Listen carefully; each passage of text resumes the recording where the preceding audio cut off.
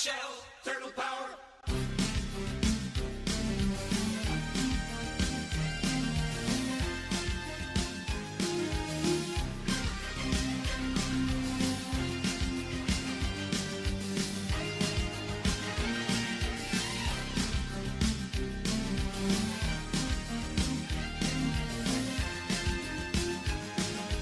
Heroes in a half shell, turtle power.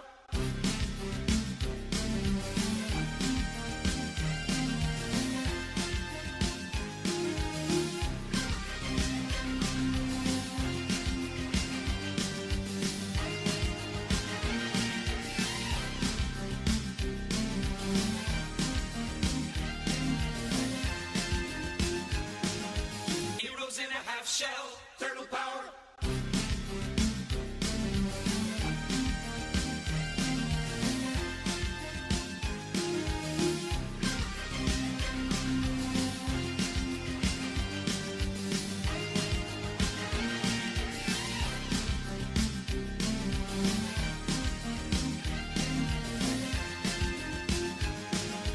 Heroes in a half shell, turtle power.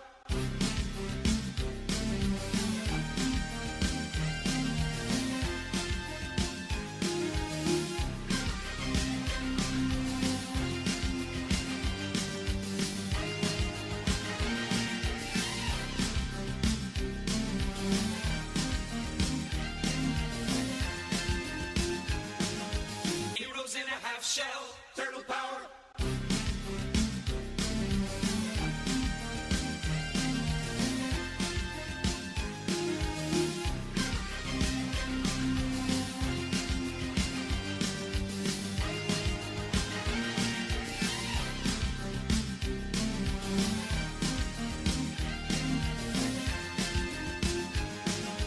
Heroes in a half shell, turtle power.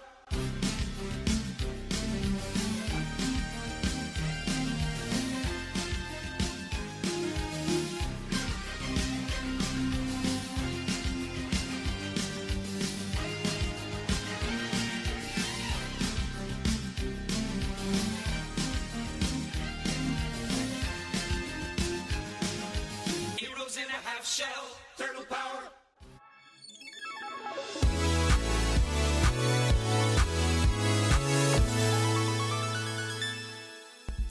Hello my fiery friends, welcome to another awesome and fiery fun stream. I'm your host the Infernoman here, and hopefully you're having a wonderful day wherever you are at. So, once again we're going to be continuing on with the Ninja Turtle set in Magic the Gathering Arena, but what deck are we going to be playing today? Well, I'm glad you asked. So without further ado, let's just jump into it right now and show you exactly what we're going to be playing for today. Alright, so join me today in the Brawl format as we put together a deck that actually uses the partner mechanic for the first time in any one of our streams. We're going to try to take advantage of both April O'Neil and Donatello here, and it's going to be, of course, April's Artifacts. So, as always, we'll go over the stats of the deck for just a moment, and then we'll cover every single card in the deck. We'll then, of course, play as many matches as we can in Brawl. This is, again, for the first half, a budget version of the deck, and if you do like the deck, we'll show you an upgraded version of it to show you how really more powerful it can be if we really want to push the limits of it. So, starting of course here, longtime viewers of the channel know how we do it. We got to talk about the stats of the deck before we dive right in. So April's Artifacts is going to be a mono blue deck, and we'll mostly be using a lot of colorless spells as well. Creatures count is going to be 38 creatures in total. We'll be utilizing 4 instants, 4 sorceries, 37 artifacts, which is of course including the creatures themselves, and 1 enchantment, and 38 lands. So, as I mentioned earlier, it's going to be, of course, April O'Neil live on the scene, mixed with Donatello the Brains. They're going to be a partner mechanic this time. We actually haven't done it before, and for those that have forgotten, certain cards will allow you to have what is called the partner mechanic, meaning you can have 2 commanders where one slot here, which can, for some people, understandably can feel a little broken at times. But in our case here, I think they should balance each other out really well, and they synergize perfectly for what we're doing. So, April O'Neil, live on the scene, is going to be a legendary creature, Human Detective. That's a 2/1 that says whenever a mutant, ninja, or turtle you control enters, you get to investigate. In other words, that means you create a clue token, which you can later sacrifice for 2 mana to draw a card. So she provides a bit of a clunky but expensive draw engine for us that we can take advantage of. But that's not all. we want to take advantage of those tokens by utilizing here Donatello the Brains. So another one of the partner mechanics here, utilizing Donatello here, which is a mutant ninja turtle legendary creature 2/4 that says if one or more tokens would be created under your control, those tokens plus a mutagen token are created instead. For those that have forgotten, mutagen tokens from the set allow you to then tap the artifact at sorcery speed, pay 1, and then put a +1/+1 counter on a creature you control. So these together can create a bunch of tokens that will allow us to go off and make a ton of them, which we can utilize for other things in our deck. So in terms of how we're going to take advantage of those tokens, now let's cover the rest of the deck here. So starting in the 0 drop slot, we have Ornithopter for free here, simple little flyer. Well, of course, we could just utilize this for a bunch of things, but again, it's a free roll, so we throw it in there. Offer You Can't Refuse here is a counter spell. Usually you want to use this to actually counter one of your spells in case if your opponent tries to do something. This way then you can create 2 treasure tokens, which you can use to help ramp yourself out, or maybe just respond to something your opponent's going to do. Hard Evidence here provides for us 2 tokens, creating for us a blue crab token and a clue token. Again, as a reminder for Donatello's ability, it's any token that gets created. So we want to take advantage of that with the way the deck works. Rapid Hybridization here allows us to destroy a creature, and then from there we can create a 3/3 green frog lizard creature token. And also can be one of ours, or it can be one of your opponents. So use this however you need to, just whatever again gets thrown. Spyglass Siren here, Siren Pirate. Flying, and when it enters, you get to create a map token here, which you can use to either sack to then explore. Exploring means you just put a +1/+1 counter on a creature by looking at the top card of your deck, or if it ends up being a land, just put it into your hand. Witching Well here, one of our few artifacts in the 1-drop slot here enters, Scry 2, and then you can sacrifice it later on to draw some cards. Retrofitter Foundry here, so you could use this to create a bunch of tokens, which can really go off with Donatello here. The ability, of course, can help us create either some servos, we can create thopters, or we can create constructs, whatever we need to as the game progresses. Universal Automaton here is going to be a 1/1 changeling with Shapeshifter. In other words, this is basically every creature type we want. So this can be everything we need to then trigger off of both April and Donatello's abilities. Witch's Oven does look a little clunky in the deck, but hear me out for a second here. If we need to, at instant speed, you could sacrifice a creature and turn it into a food token, which we can then utilize to then help us stabilize, gain some life, and again, just go off with Donatello. In the 2-drop slot here, we're also going to mix together not just tokens, but also April's ability does go off with, again, mutants and ninjas as well. So we're going to have a couple of ninjas in the deck, such as Moon Circuit Hacker, as ninjutsu of 1 blue. When this deals combat damage, scry 2, and then draw a card. However, you have to discard a card if this creature did not enter on the same turn. Cargo Ship here is going to be one of our artifacts here that's going to help us with ramping, flying, and vigilance. You tap it for 1 generic mana, however, you can only use it to cast artifact spells. Cryogen Relic here, when it enters or leaves the battlefield, draw a card. You can sacrifice it if you need to, then stun an opponent's creature by putting on it a stun counter when it's tapped. Diversion Unit here is a robot that flies, that's 2/1. You can sacrifice it if you need to counter an instant or sorcery, unless if an opponent plays 3. Divert Disaster here, nice little counter spell for us, and it goes perfectly well for the deck. Counter a target spell unless the controller plays 2. If they do, you get to create a lander token, which again goes off with everything we need to, and also you can sacrifice that lander if you need to then pull out a basic land to help us with some pseudo ramping. Oaken Siren here is a Siren Pirate who has flying and vigilance, and also you can add 1 blue mana, but you can only use it, of course, to cast an artifact spell. Sabita Cryptomancer here enters at instant speed if you needed to. It has backup, which means you can put a +1/+1 counter on a creature, and then give it its ability as well. It has hexproof, so use this as a pseudo way to protect one of our creatures. Goes perfectly well with our game plan. Steel Swarm Operator here also is another one of our robots that helps us again with ramping by tapping it to add blue mana, and you can use this to cast artifact spells, or if you need to activate an ability of an artifact, you can then tap it for 2 blue mana. Waterbending Scroll here is an artifact that allows us to draw a card for 6 mana, which is really, really expensive. However, it'll get cheaper, of course, if we get more and more islands to then put down, making it a lot more better to use.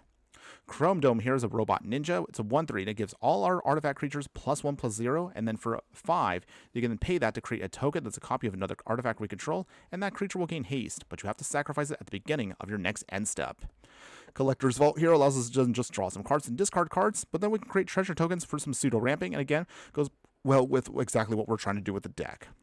Ornithopter of Paradise here, one of our mana dorks, just like all the other ones here, just tapping it again to create the mana we need. Technodrome here, a construct which reach and trample. It's a 3/3, however, it cannot attack or block unless its power is 6 or greater. Sacrifice other artifacts as you need to then draw some cards and put +1/+1 counters on it. So it's a nice little draw engine as long as we can keep creating a bunch of tokens with our plan.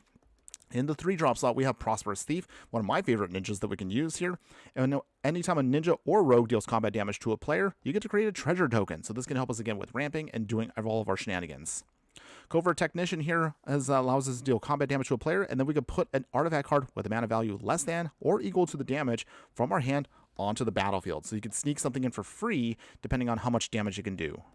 Donatello Gadget Master here allows us to then kind of double up on our stuff here. Whenever he deals combat damage to a player, create a token that's a copy of target artifact we control. Also, we have another Donatello here. Actually, we threw in, I think we threw in all the Donatellos for this deck because you know what? We might as well, just because again, it is Ninja Turtle themed, so why not? With the way of the machines here, this version is a 3-mana Mutant Ninja Turtle with flying, and anytime another artifact we control enters, put a +1/+1 counter on Donnie. Emery, Lurker of the Lock, is one of our cards that has affinity for artifacts, so it'll get cheaper as long as we have more artifacts on the field. So we'll start talking about artifacts in just a moment and how they help us out with affinity specifically. However, when it enters, mill 4 cards, then tap it if you need to then bring back an artifact card from our graveyard back to our hand. Midnight Clock here is another one of our mana rocks here. Tap it to add blue mana, pay 3 to put an hour counter on the artifact. Once you get 12 on them, then you can then shuffle your hand and graveyard into your library and then draw 7 cards. So this can refuel our hand at any point in the game. Moonfolk Puzzle Maker here, just use it for tap shenanigans here as an artifact creature. When it becomes tapped, you can scry 1. Raven Form here allows us to exile an artifact or creature, and if its controller then creates a blue bird creature token with flying. The token can either be used for us, or you can use it against your opponent. Psy Master Thopterus here is one of our greatest pieces here, one of our biggest engines here. So Psy Master Thopterus here, whenever you cast an artifact spell, create a Thopter token. You can then sacrifice 2 artifacts to start drawing cards with it. The Mechanist Aerial Artisan here from Avatar set, Human Artificer Ally Legendary Creature. It's a 1/3. Whenever you cast a non-creature spell, create a Clue token. And then until the end of your turn, you can make an artifact token you control a 3/1 with flying. So this can create for us a little bit of a small way to provide more value with our tokens.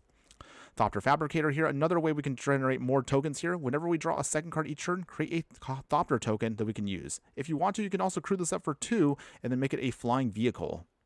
Academy Manufacturer is also one of our best pieces for the whole deck here. This is an artifact creature assembly worker. If you create a clue, food, or even a treasure token, you create 1 of each. So this can help us go insanely big here with a ton of tokens to flood the field and help us again just generate stuff for card draw, generate stuff for life gain, or generate stuff just to ramp out our game plan. Adventurous Airship here, when this vehicle attacks, you draw a card and then discard a card. So it creates for us again a nice little bit of value engine for again to churn through our deck. Changeling Wayfinder here is a shapeshifter changeling, so it does count as an honorary ninja, mutant, or turtle, whatever we need it to be. When it enters, dig out a basic land, and then put it into our hand, and then shuffle. It just helps us again dig out some of our basics. Chief of the Foundry here gives all of our artifact creatures an extra +1/+1 pump. And then Foundry Inspector makes all of our artifact spells cheaper to cast by 1. Halo Hopper here has Convoke, which means you can tap down other creatures to cast the spell, so you can actually cast it for free if you have enough stuff to tap down, but otherwise it's just a simple 3/2 frog. Heraldic Banner here, when it enters, you choose a color. Obviously, we pick blue. It gives all of our creatures a +1/+0 pump, and then you can tap it as a mana rock. Inspiring Sanctuary here is great for our deck because all of our non-artifact spells we control improvise. If you've forgotten what improvise does, that simply means that all of our artifacts can be paid for with artifacts on the field by tapping them down to pay for their costs. Sky Scanner, here's a Thopter that when it enters, just draw a card to help us turn through our deck. Tangle Tumbler here takes advantage of all the tokens we want here because we can tap 2 tokens to turn this into a big 6/6 artifact creature with vigilance. The Turtle Van is here to then create a bunch of value with +1/+1 counters. When it attacks, put a +1/+1 counter on a creature we control that crewed it. If that creature is a mutant, ninja, or turtle, you get to double those counters on it.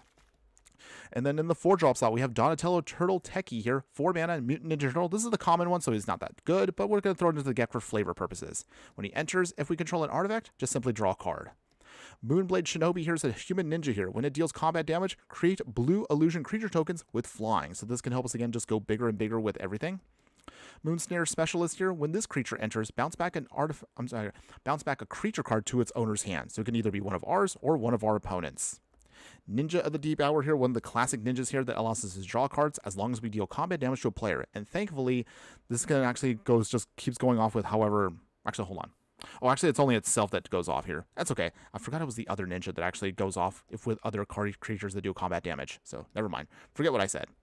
Moving on, Filigree Attendant here is a 4 mana with Asterisk and 3. It's a homunculus that gets power equal to the number of artifacts we control, so this little guy will get bigger and bigger as the game progresses.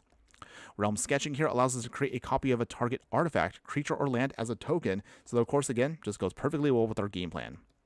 Whirler Rogue here allows us to create 2 Thopter tokens when it enters, and then you can tap 2 artifacts you control to then make a creature unblockable.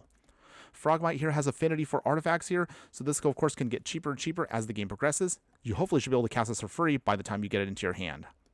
We have some more affinity cards, such as Memory Guardian here. Same thing. As long as we have a bunch of artifacts out, its 5 mana cost will actually be 1 mana by the time hopefully you get this into your hand. Same thing with Thoughtcast here. You draw 2 cards with it, but for 5 mana, which is expensive, but hopefully by the time you have enough artifacts, you should be able to then get this down for 1. Omni Changeling here has Convoke, so again, tap down creatures we control to make this basically a 2-drop that can be a 0/0, but it enters as any copy of any creature you have on the field. So this can help us create more tokens, generate more value, whatever we need to make a second copy of whatever. Keep in mind, however, that the legendary rule will still apply, FYI. When we get to the 6 drop slot, we're almost done here, but we have Kappa Cannoneer, one of our best finishers for the deck. This is a Turtle Warrior that has Improvise, so again, gets cheaper to cast as long as you are willing to tap some artifacts. Has Ward 4, which basically means it has Hexproof. However, when this creature or another artifact we control enters, put a +1/+1 counter on the creature, and it becomes unblockable. So as we make more and more tokens, this thing gets super, super big, and should be able to push through the final points of damage to get to our victory. Thought Monitor here also has affinity for artifacts. When this creature enters, draw 2 cards. Reality Heist here also has affinity for artifacts, so hopefully for 2 mana, you can go 7 cards deep into your library, pull 2 artifacts out, and put them into your hand. Valkyrie Aerial Unit here should ideally, with affinity for artifacts, be only a 2-drop for 5/4. When it enters, Surveil 2. And the final card we have is Mirror Enforcer, a 4/4, and it's a 7-drop, but it has affinity for artifacts, so you should be able to cast this by the end game for free. Finally, to round out our package here is going to be our land base, which is going to be, again, based on a budget, so it's as cheap as we can go. 32 islands, 1 Mystic Sanctuary to bring back one of our instant sorceries back to the top of our library, as long as we have 3 more other islands. Sea of the Sign-On is an artifact land. Buried Ruin here can be sacrificed and bring back an artifact card from our graveyard back to our hand. Demolition Field and Volatile Fault will then make sure we can deal with non-basic lands, but Volatile Fault specifically is great for our deck because it creates a treasure token, and it also is an artifact. And then finally, for Graveyard Hate, we have Scavenger Grounds to round out our package. And that is the whole deck, everyone. April's artifacts here on a budget. So, now of course we're going to get to, the exciting part of the gameplay. Let's go ahead, let's play this in best of 1, and let's see how well April's artifacts can do. Whew, okay. Finally got through that whole deck tech there, so as always, appreciate you guys hanging in there for that. But now we, of course, get to the fun part. So let's see. Can April's artifacts get us some wins here in the Brawl formats? All right, let's get started. Okay, locking it in here for the first one. It's time to Yeah, okay, all right, okay. Feel good now. So we got Collector's Vault, Thoughtcast here, we got Psy, which is excellent, and Midnight Clock. Okay, we got a good package here to kind of start getting ourselves to go off. Okay, we'll start with an island. The good news also with April and Donatello here is they curve perfectly for the deck. Cookie, finally, I get to catch you on stream again. Hello, my fire friend. Long time no see, and thanks again for joining again. Hopefully you're having a wonderful day wherever you're at. Appreciate you being here. I know it's been a little bit of a challenge for you, but I still appreciate when you can pop in. You're just in time for us for the first game. We're going to play April here, live on the scene. Opponent is playing Abigail, Eloquent First Year. So when Abigail enters, a creature will lose all abilities. Okay. We'll see if that's actually going to be something to worry about. So let's play Donatello the Brains. So now this gives us 2 tokens. No attacks yet. So they're playing with Dark Leo and Shredder here. Interesting. They're probably going to start making tokens with them. Ninja Team. Alright. Let's see. They get Death Touch, so we do not want to block here. So we'll take the damage. They get to create a token, which is unfortunate, but that's okay. Our deck will definitely go off here. Psy Master Thopterist coming in. And then, we will attack here. Cookie. Yeah, I wanted to join, but I was on classes or on my job. I mean, that's okay. I still appreciate you popping in when you can. I know it's been, of course, pretty tough for you because our timing is a little clunky. But hey, anytime you can at least pop in and say hi, I appreciate that. Hopefully we've been having a good weekend so far. Okay, so hopefully by this next turn, we should have a very explosive turn here once we get everything going. Okay, opponent will still do some damage to us. They get some free tokens out of the deal, but that's okay. Not a huge deal for us. So let's see here. We play the midnight clock. Make some tokens. There we go. So now we can start going off with our mutagens. So that's actually what we want. And let's see here. Heraldic Banner. This is good. All right. The tokens are coming. Get a nice little bit of pump there. And then round it out with Thoughtcast to draw 2 cards. Nice. Okay. Good turn there. Good turn. So now we actually have some chump blockers here. So our Thopters are in. We have a ton of mutagen tokens. So hopefully anything else with affinity now should be basically cast for little to nothing. Ooh, Airbender Ascension. Okay. So what are they going to bounce away? Donatello? Yeah. Okay. Well, that's not a huge deal for us. We'll decline. We can then cast Donnie later on for nothing. Lord of the Third Path here destroys an artifact, so there goes Midnight Clock. Not a huge deal, though, because we have a ton of artifacts, so not too worried about that. Oh, okay. Opponent is swinging here. We'll block here with against Dark Leo and 1 token. So we lose a couple tokens, but that's not a huge deal. We can always bring them back. Okay. Life gain and drain. That's fine. So let's see here. We will bring back Donnie. Make some more tokens. That's good. Cryogen Relic. Make some more tokens. We draw a card off of that. All right. Ooh, Kappa Cannoneer. Okay, okay. We got the Kappa Cannoneer in hand. But first off, we're going to lock out Dark Leo and Shredder. Draw a card off of that. Ooh, nice. Okay. So let's get the Dark Kappa Cannoneer. So this is where now all the tokens pay off. All of that basically gets them in for free. And that does count as a turtle, so as you can see, April goes off quickly with Kappa Cannoneer. What a great synergy there. So that's an 8-7. If we can just keep going off with tokens here, maybe we can actually get a 1-shot here. But it's more realistically going to be a 2-shot. Okay, opponents. Well, with Dark Leo and Shredder's thankfully tapped out, they can't swing with it. But looks like they're going to take up Ninja Teen, so let's see. Oh, did I just say... Oh, you kids in your 6-7 there. I still don't get it myself, but hey, I know it's the younger generation's kind of jam. All right. In any case here, let's see. They got Death Touch and Life. Okay, so in that case then, we're going to block here with our tokens. Small price to pay. Not a huge deal, though. Okay, go down to 18. But thankfully, Dark Leo and Shredder does not trigger off this time. Ooh, did they draw a card? That means we get to draw a card, too. Nice. Okay. Rule of Law. Ooh. All right. Opponent here. Going to try to slow us down, but we have ways of getting around even that. Make some tokens here. Kappa Cannoneer does go off still. An 11-10. So from here, we activate the ability. Draw another card. Let's see. What do we throw away here? I guess we'll throw away Divert Disaster because we no longer need that. Make some more tokens. We will foretell the Raven form. And let's see. Big swing here from our Kappa Cannoneer. Down to 11 opponents. You got 1 turn to stop our giant turtle here. That's actually it's not even a ninja turtle, but he does do great work. Opponent pings us. That's fine. Okay, opponents. Do they do anything? Okay, they do swing. Going big swing here. So we can't really do anything realistically, but that's okay. I mean, can't really block much of anything, so we're just gonna have to let it go. Not a big deal for us because we should be able to get the win here on the next turn. Down to 9. Cookie, I don't get it either, to be honest. My Netherlands friends say it's so I have to kind of make it think like I get it. Okay. Yeah, just go with the flow. Just go with the flow. I just kind of nod my head when the kids do it.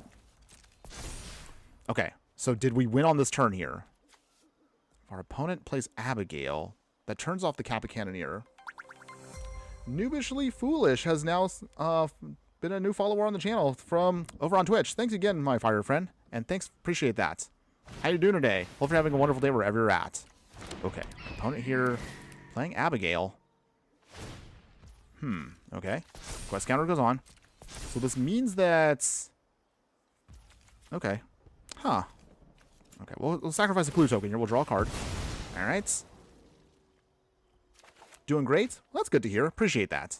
Happy to hear. Okay, so we should be able to then close it out here and now. You know what? At this point, we really don't need to do anything else, but we'll play the Steel Swarm Operator. All right, that creates for us our final Thopter, which makes now Kappa Cannoneer unblockable. Ooh. Ooh. So they're playing Containment Priest, all right? I mean, either way, we still get the triggers off of Kappa Cannoneer no matter what. So, opponent, you can do whatever you want at this point. It don't matter.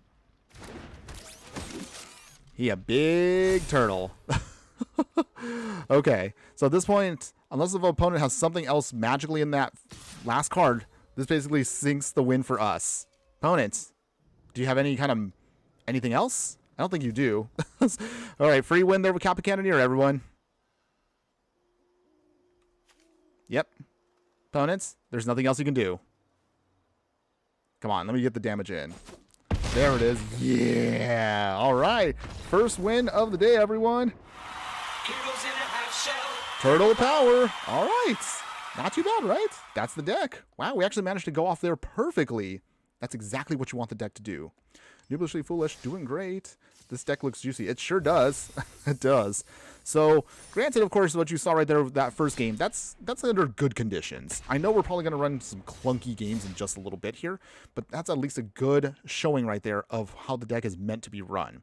You basically just kind of get your stuff down, hopefully then be able to improvise or then get Affinity to trigger off with some of your stuff for cheaper costs, and you should be able to just overwhelm your opponent, hopefully with a massive swash. I'm sorry, wait, massive swash. Massive smash. Words are hard, by the way.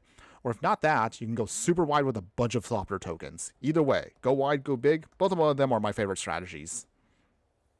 All right. Cool. So let's see if we can get the next one going. Hopefully we can get the good times running.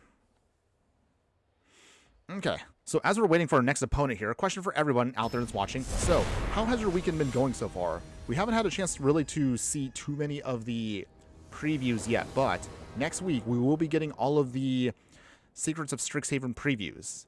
Is there anything you're looking forward to? Do you have a favorite school from the set? Do you like Lorehold, i.e. Boros? Do you like, what is it, Witherbloom, which is Golgari? What else is there?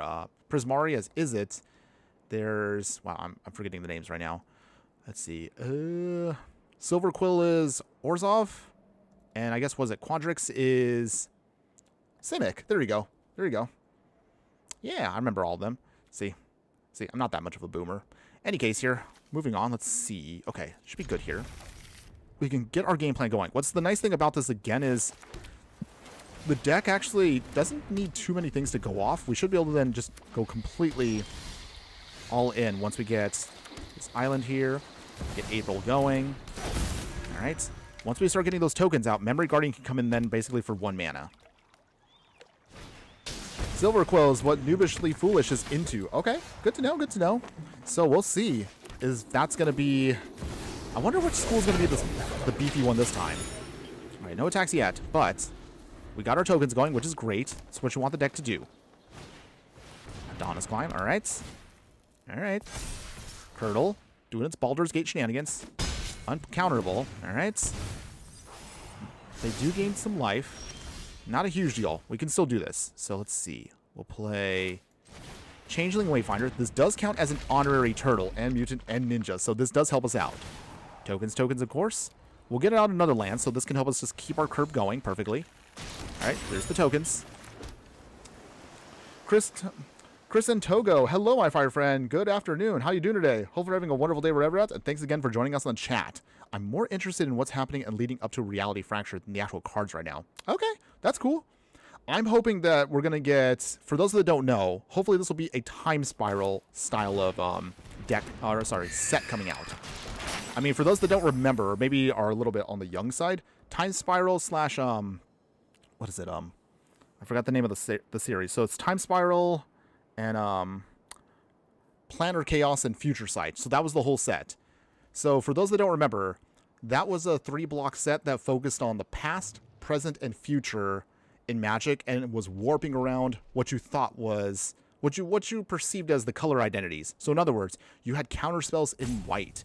You had aggro in blue and black and stuff. It was a crazy set. So I'm hoping that's what Reality Fracture will provide for us. A nice little twist on stuff that we haven't seen before. I'm looking forward to it. Okay, what about 21? All right, pass here. So, we got our mutagens, we got our map tokens.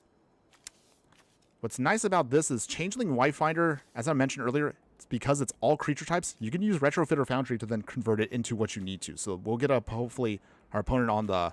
We'll get them here. Hopefully we can.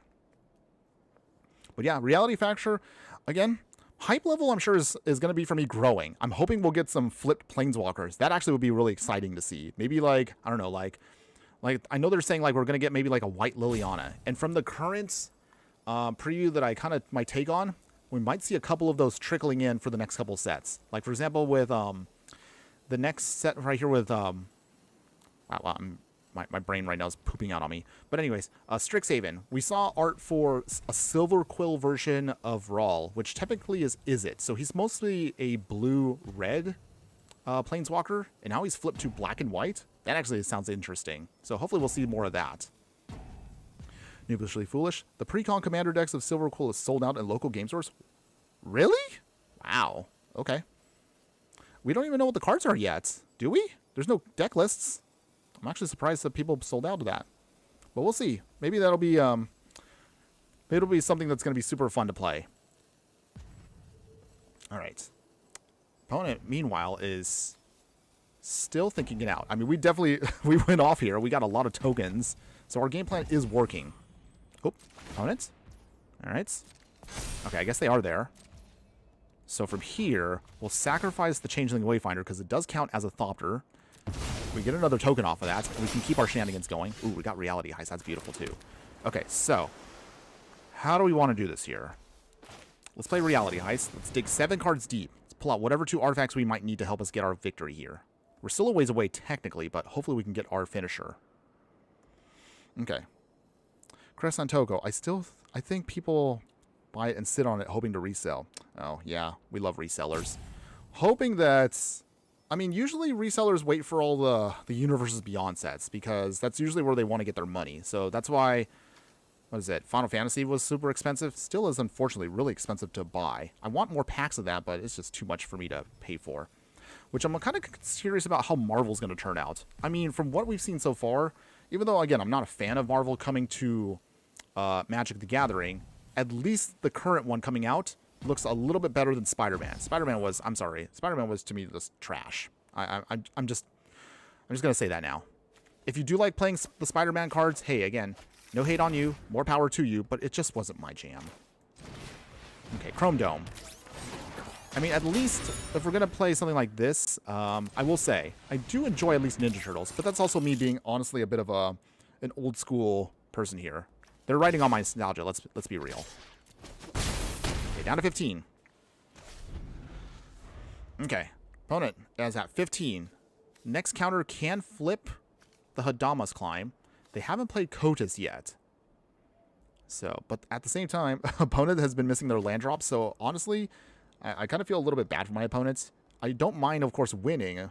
That's obviously why we're here. But it kind of stinks when you can't get your game plan off because your deck fails to fire off. So I think that's where our opponent's at. They're probably missing their 4th land drop, which was what they need for Kotis, and they have yet to actually get it. On the other hand, if they manage to flip the Hadamas Climb right now, that does give them their 4th land. So we'll see. What does our opponent do here? What will you do, opponents?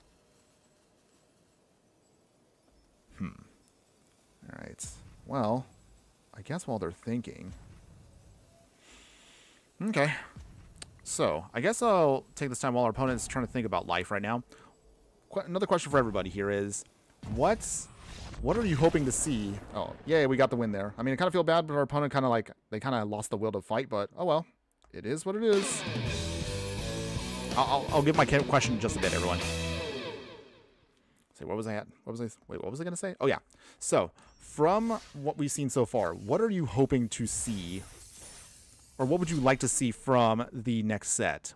Do you want to see anything return, like Magecraft? Do you actually want more Learn cards to come back so that way we can use the lesson cards from Avatar? Or are you hoping to see more spicy twists on things we've seen? I know there have been obviously some leaks. So obviously some of the stuff that Wizards is kind of previewing now has already been leaked.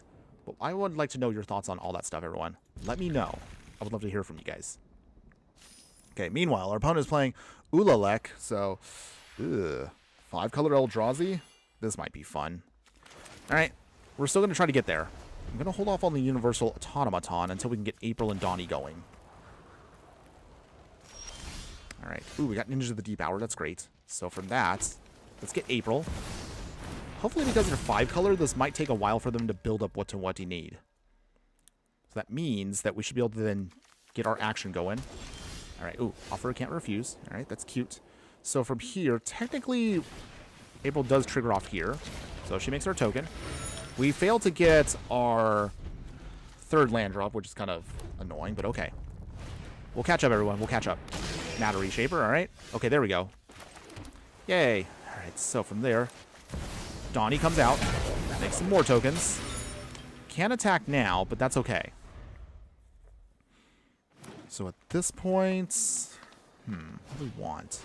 Okay, Eldrazi Linebreaker. Good Eldrazi, by the way. Although a little on the scary side versus us. All right, Scavenger Grounds, that's nice. So that'll be good here. Pumps up our artifacts. Mer Reinforcer gets in a little cheaper there. All right, so in that case then, still can't attack yet. But at least we're going off now. We got some decent blockers.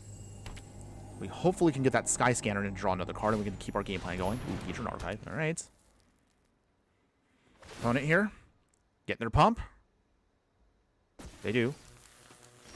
No, they're not going to swing, but that's good for us. So, let's see. How do we do this here? I think we'll foretell the Raven form. Play the Sky Scanner.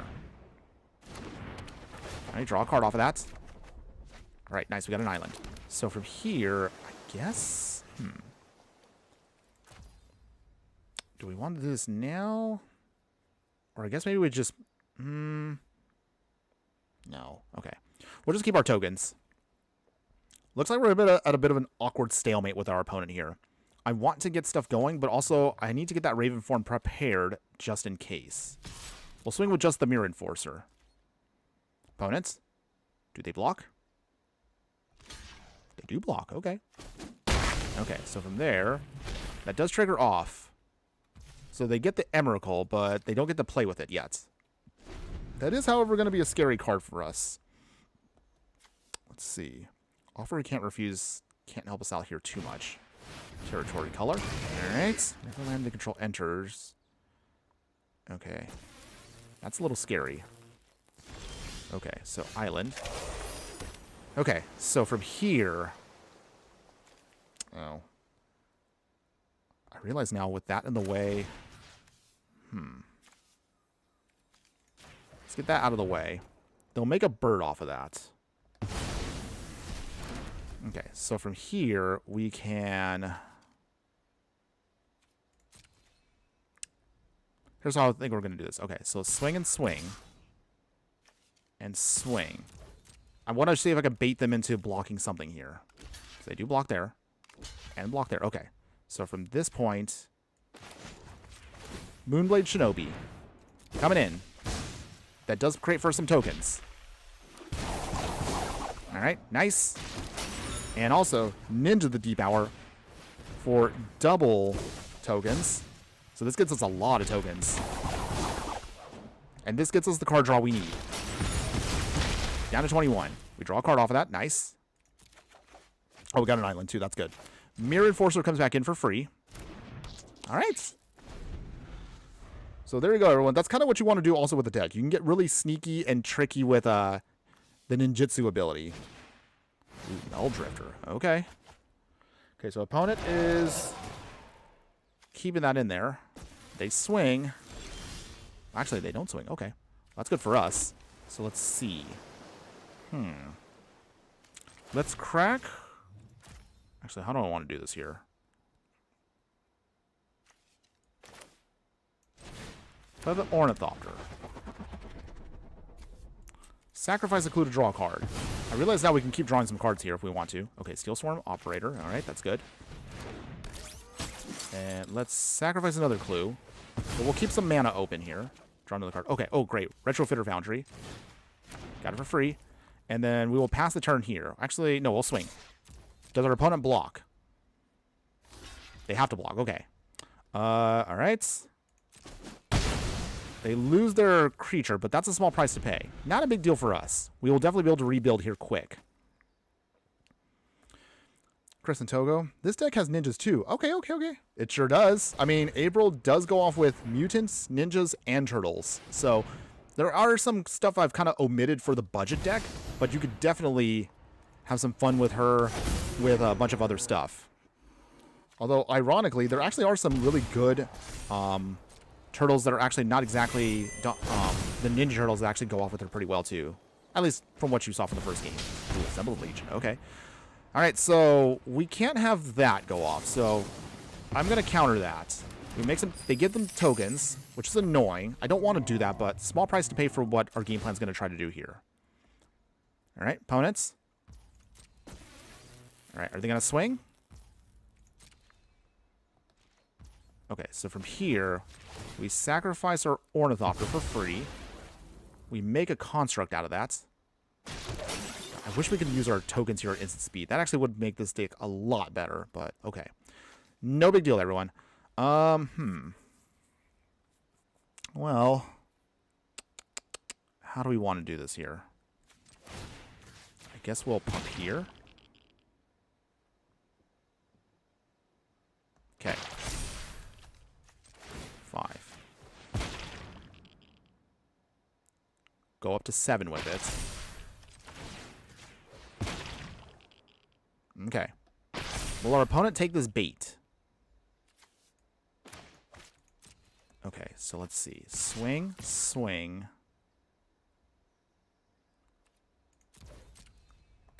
Do they take it? They do. Okay, so Moonblade Shinobi. Bouncing back the Operator. We get some more tokens off that, so we get to refuel on tokens. That's nice. We take out one of their creatures there, make another token, and this also has an illusion. So there we go. See? Keep our tokens going, everyone. Not too bad. Okay. Opponent should be able to then play Ulalak because we gave them, unfortunately, some tokens there. But is that going to cost us? Chromatic Ori. All right. So first they want to try to do this. Oh, they got Time Warp? Ah! Did not see that coming. Okay, Broadside Bombardiers. All right. They're not going to swing, though. But they do get another turn here, which is annoying. It's okay. Okay. Ulamog here. They can destroy any permanent. What do they take out? Do they take out the token? Do they take out the Retrofitter Foundry? What do they do? Okay, so they take out our token. Annoying, but not the worst. We do have other ways of getting around. That Annihilator 4, however... Oh, I got this card. This is one of those cards I absolutely hate with Alchemy here. So once they start casting stuff here, they get Monastery Mentors for free, which again make also more tokens, and it just goes out of control. This is not looking as good as I thought it was going to do. So let's see. Let's start making some servos. Okay. Not quite where we want to be at. Let's sacrifice a clue, draw another card. Come on, deck. All right, Witch's Oven. I guess you can play that for free. So, play an island. And then... I guess we swing here. Wait, why is our sound muffled now? Why does it... Okay. Arena does weird things, everyone. I will say that right now. Okay. So, does Emrakul come in? Are they going to play Ulalak? Okay. Thought-Knot Seer. Alright. Okay. Choose a non... Alright. Dang. Okay. I guess I should have just countered that, even though they could have done nothing with it. So we lose our counterspell here. Why do they have Time Warp? I don't know. Like, when it comes to 5-color piles, I can never predict what our opponent's going to do. I thought they were going to be all Eldrazi, but they got a weird pile here. Come on. Who uses in an Eldrazi deck these alchemy cards? They have Broadside Bombardier. I don't know. Their deck's a mess. I'm not saying you can't play a deck like this. It's just I'm honestly really confused as to how I'm actually going to get a win here, if I can. Okay, so The good news is, even though they have Annihilator 4, I can still keep sacking things here to make tokens. So that's what we're going to try to do here. So let's go ahead and see if we're making some tokens here just to kind of sponge hits. Untap this artifact. Literally all we're going to do right now is just try to make tokens here just to sponge hits. Okay. So from here, we sacrifice 4 permanents. So 1, 2, 3, 4. All right. At least that's one of the nice things about our token deck. We have enough now where we can sponge Annihilator, even though it's a terrible ability, by the way. Seriously, who thought this was a good idea? Cookie. Weird people in Magic. The Gathering? That must be a surprise. We are a kooky bunch, those of us that actually do play the game. Yeah, I thought this was all Eldrazi too. But, okay. Well, this actually kind of makes things a little tougher on us. We're going to try to see if we can get around it. I don't have much hope right now, but we're going to see. All right, so... What do we sacrifice here? Oh, it's going to have to be the token, unfortunately. Sorry, little Thopter. Took the hit for everyone there. Okay. At least with Steel Swarm and Retrofitter, we have enough where we can just keep generating more tokens if we need to. So we have plenty of there. Okay. Well, Thoughtcast is not bad. Okay. Draw 2 cards off of that.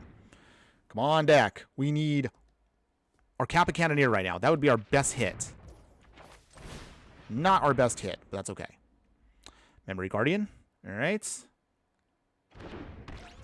At least we can keep this going. All right, so. Tap here. Make some tokens. We need to keep sponging Annihilators, so that's something we don't want to deal with, but we don't really have much of a choice here. All right.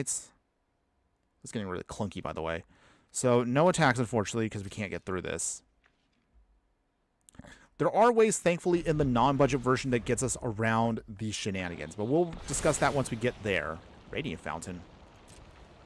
The opponent's literally playing a pile here. They're playing, like, Radiant Fountains. They got Stomping Grounds. They got Mutavaults here. I mean, some of it makes sense, but Conduit Pylons? Okay.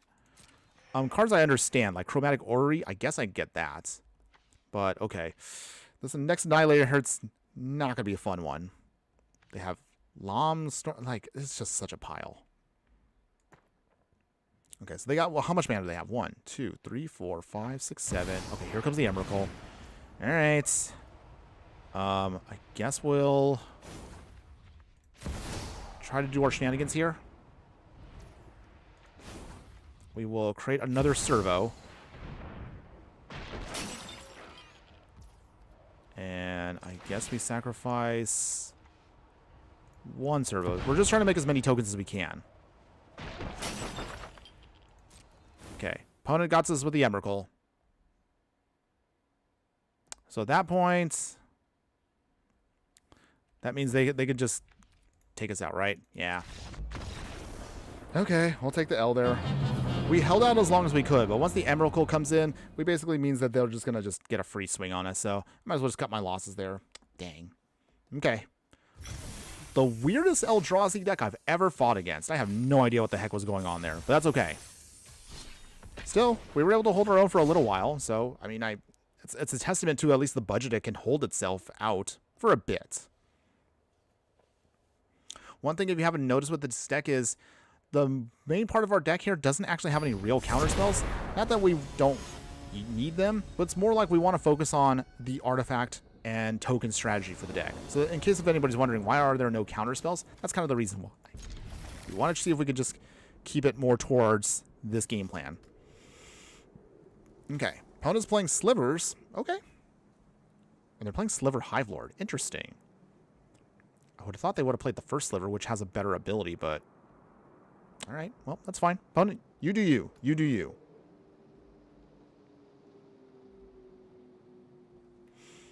Okay. So let's see here. Opponents. Okay, cool. Play our Seed of the Synod. And we'll pass here. We're going to hold on to the Hard Evidence for a bit. I want to wait until we can curve out with April into Donnie, and then Hard Evidence will give us a ton of tokens to work with. We should be able to get off Omni Changeling into Covert Technician, though. That'll be fun.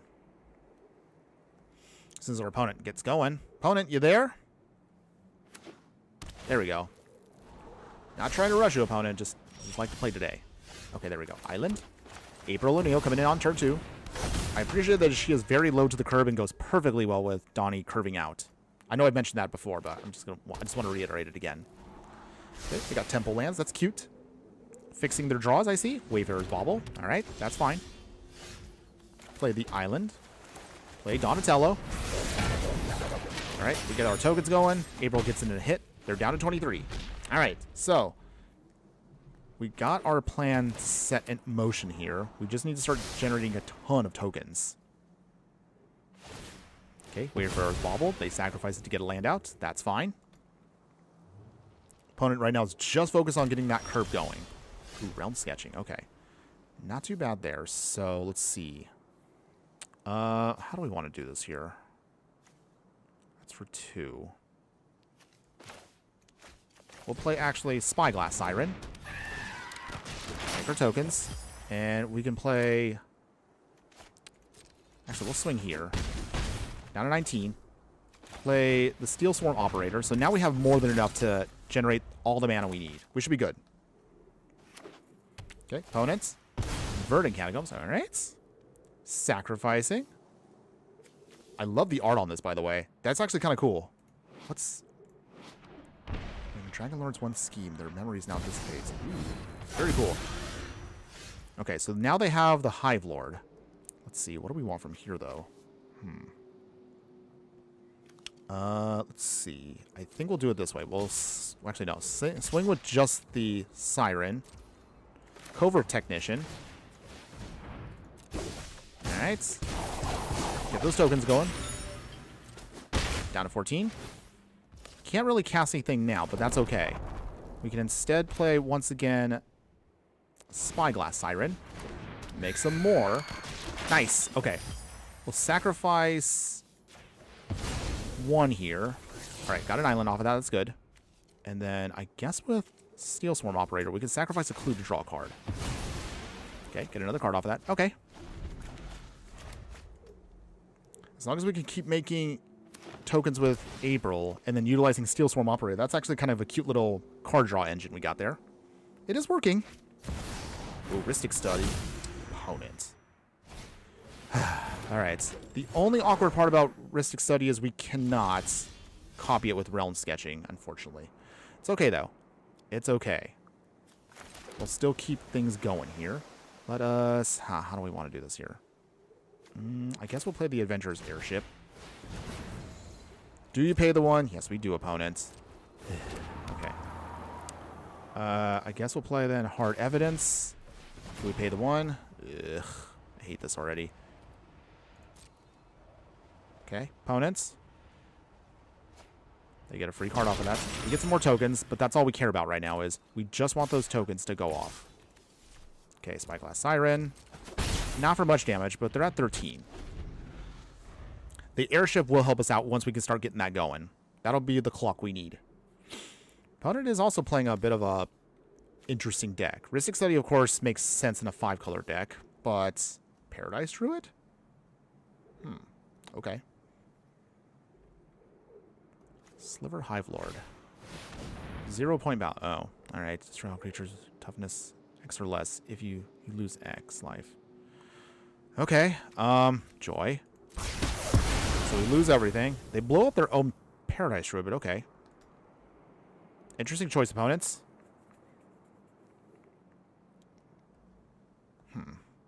Okay, so for here... How do we get out of this? Alright. Move back both of our creatures to the command zone. Opponent gets a free swing in here. Joy. But... not the worst for us. Okay, so nice. Got the Raven form. That'll help us out. That actually answers Sliver Hive Lord, so that's good. For now, though, I guess we'll just play April again. Okay, opponent, yes. Sneaky Toilet, good morning, my friend. Actually, oh, I forgot. Why is it morning? It's it's afternoon already. Good afternoon, my fire friend. How you doing today? Hope you're having a wonderful day wherever you're at, and thanks again for joining us. All right, we're trying to see. Maybe this deck will be this deck feels a lot better than yesterday's. I'll say that. Okay, we'll draw a card here. Ooh, Inspiring Sanctuary. Okay, we'll keep that. We'll throw away the island. Okay, down to 4 opponents. Opponent is on a clock, so we are closing in. Maybe we actually can sneak away with a win here. Raven form will take out the Hive Lord, and that should be the end of their not very Eldrazi deck? I don't know. I haven't really seen that many Eldrazi. Opponent's got a full hand still, so I have no idea what they're doing. Opponent, you there? You gotta play something Eldrazi. I'm sorry, Sliverish. Why did I say Eldrazi later? I'm sorry. I was thinking of the previous match. In any case here. Okay. Okay. Maybe they're not a sliver deck? I don't know. I have no idea what our opponent's trying to do here. Okay, so they are a sliver deck, but just... they have a lot of wraths. Very interesting, but okay. It's not something... it's not that we can't get around it. Starting Sanctuary. Alright. Yeah, so pay the 1. Ugh. Okay, so... Raven form. Say goodbye to your Sliver Hive Lord. So that's actually going to go bye-bye for now. I guess we'll pay... okay, that's gone. So we can't play any other creatures for the time being. But wait, no, actually we can't... oh, I forgot. Inspiring Sanctuary does help us out here. Okay, so actually we're solid here. All of our tokens have paid off. Nice. Unfortunately, though, Ristic Study does keep them in the game. But I forgot we could do this. And then... Crew. All right. We still have a way of fighting, everyone. Thankfully, Inspiring Sanctuary was just what we needed. Let's see. I guess we'll throw away the Witches, though. We don't need that.